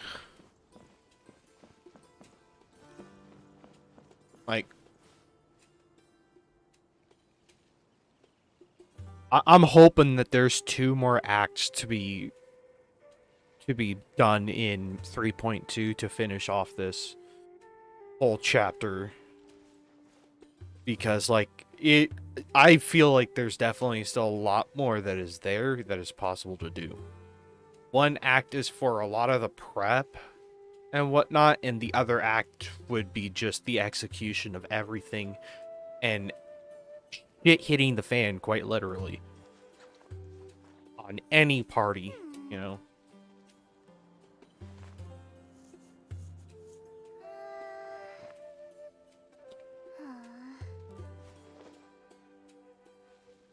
Well, who knows? They could also give us a insanely long, like 2.5 hour story quest, Archon Quest act, and it'd be all fine. We'd still get enough information because we'd probably still be good with just a single act, but it'd be so fucking dense. In comparison, the Archon Quests so far for Sumeru have been definitely better than everything beforehand. Because I will have to agree, the Archon Quests for the version 2 and 2.1 events, right? Those Archon Quests, 3 acts to explain the whole story of how we basically turn things around in Inazuma, definitely feels a bit rushed in comparison to what we're doing now in Sumeru. Everything's properly building up. Nothing feels like it's added as filler. Every single detail has been important, you know. And the storytellers, you know, the story directors, I should say, over at MiHoYo really know how to keep the story itself so cohesive. Because we're getting details that we got all the way in the first act reappear, and we kind of evolve our understanding, or we evolve the explanations of said details. That way we can get a better understanding of them. There you go. This has been a very, very, very fun chapter so far, and we still have a lot more left to go. I can't wait for 3.2 already. Just give me the story content. I'll consume it.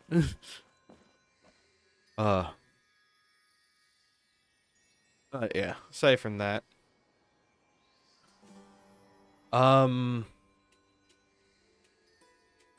Hope you all enjoyed. If you did, please hit the like button and subscribe for more content from my channel. I really would appreciate it. And while you're at it, do hit that notification bell. That way you guys get notified for every time I upload or go live. Shut up, Kale.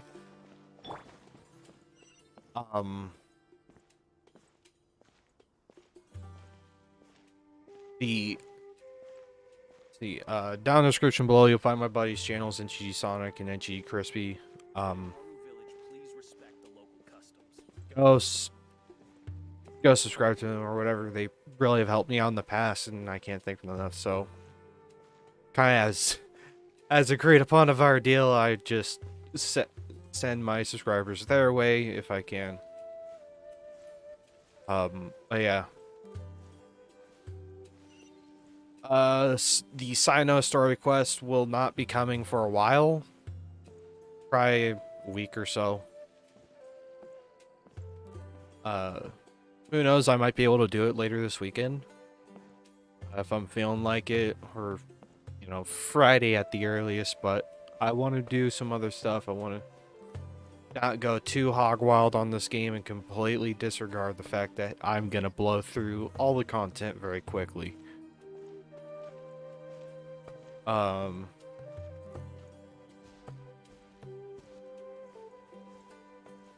Yeah, that's it.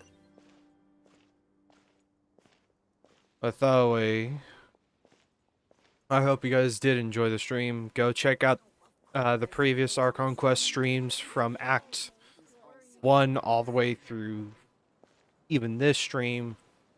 You know, Acts 1 through 3, there will be links. There are links in the description below.